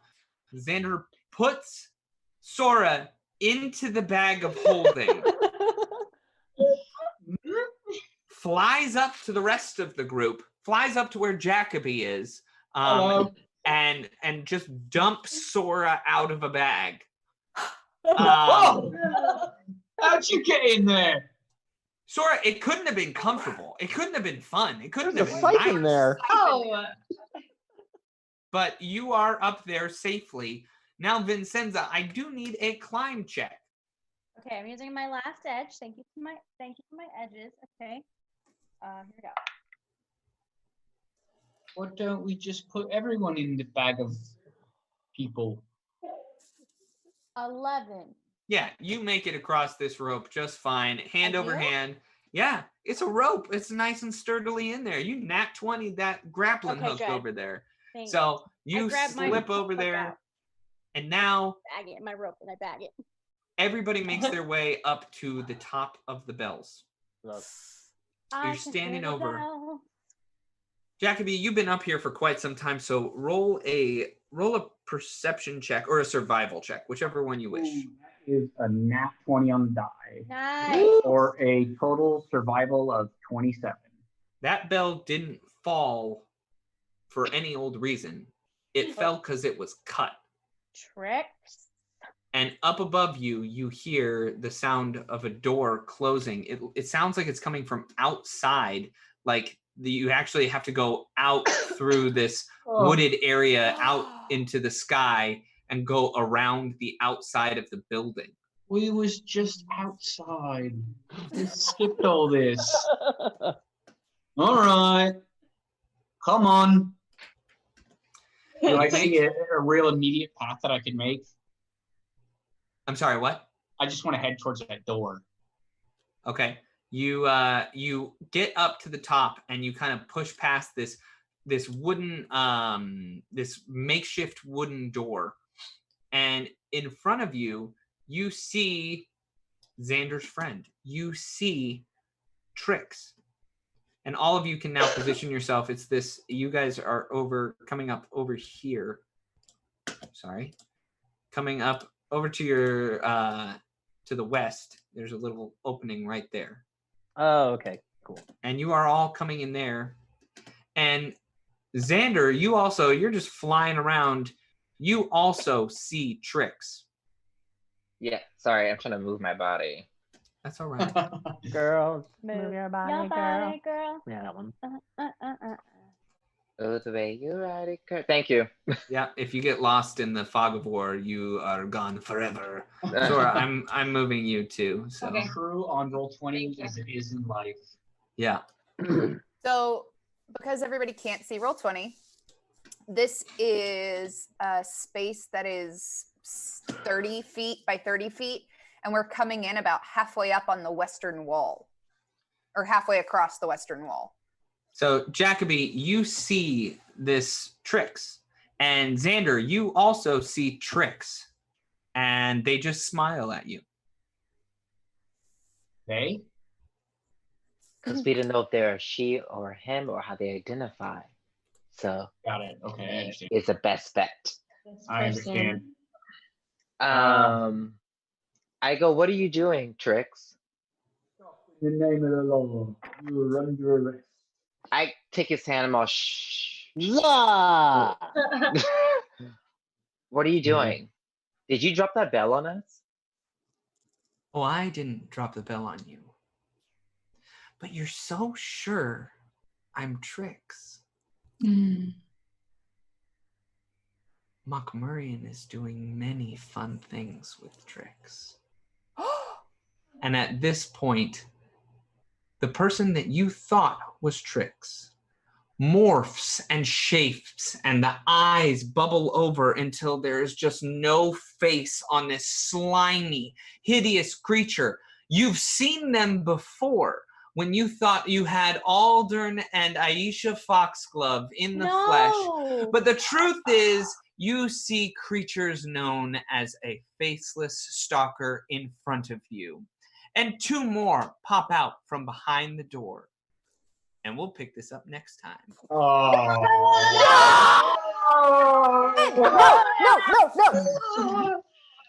No. Yeah. So, hey, we got a few more minutes here. I have so many emotions right now. Too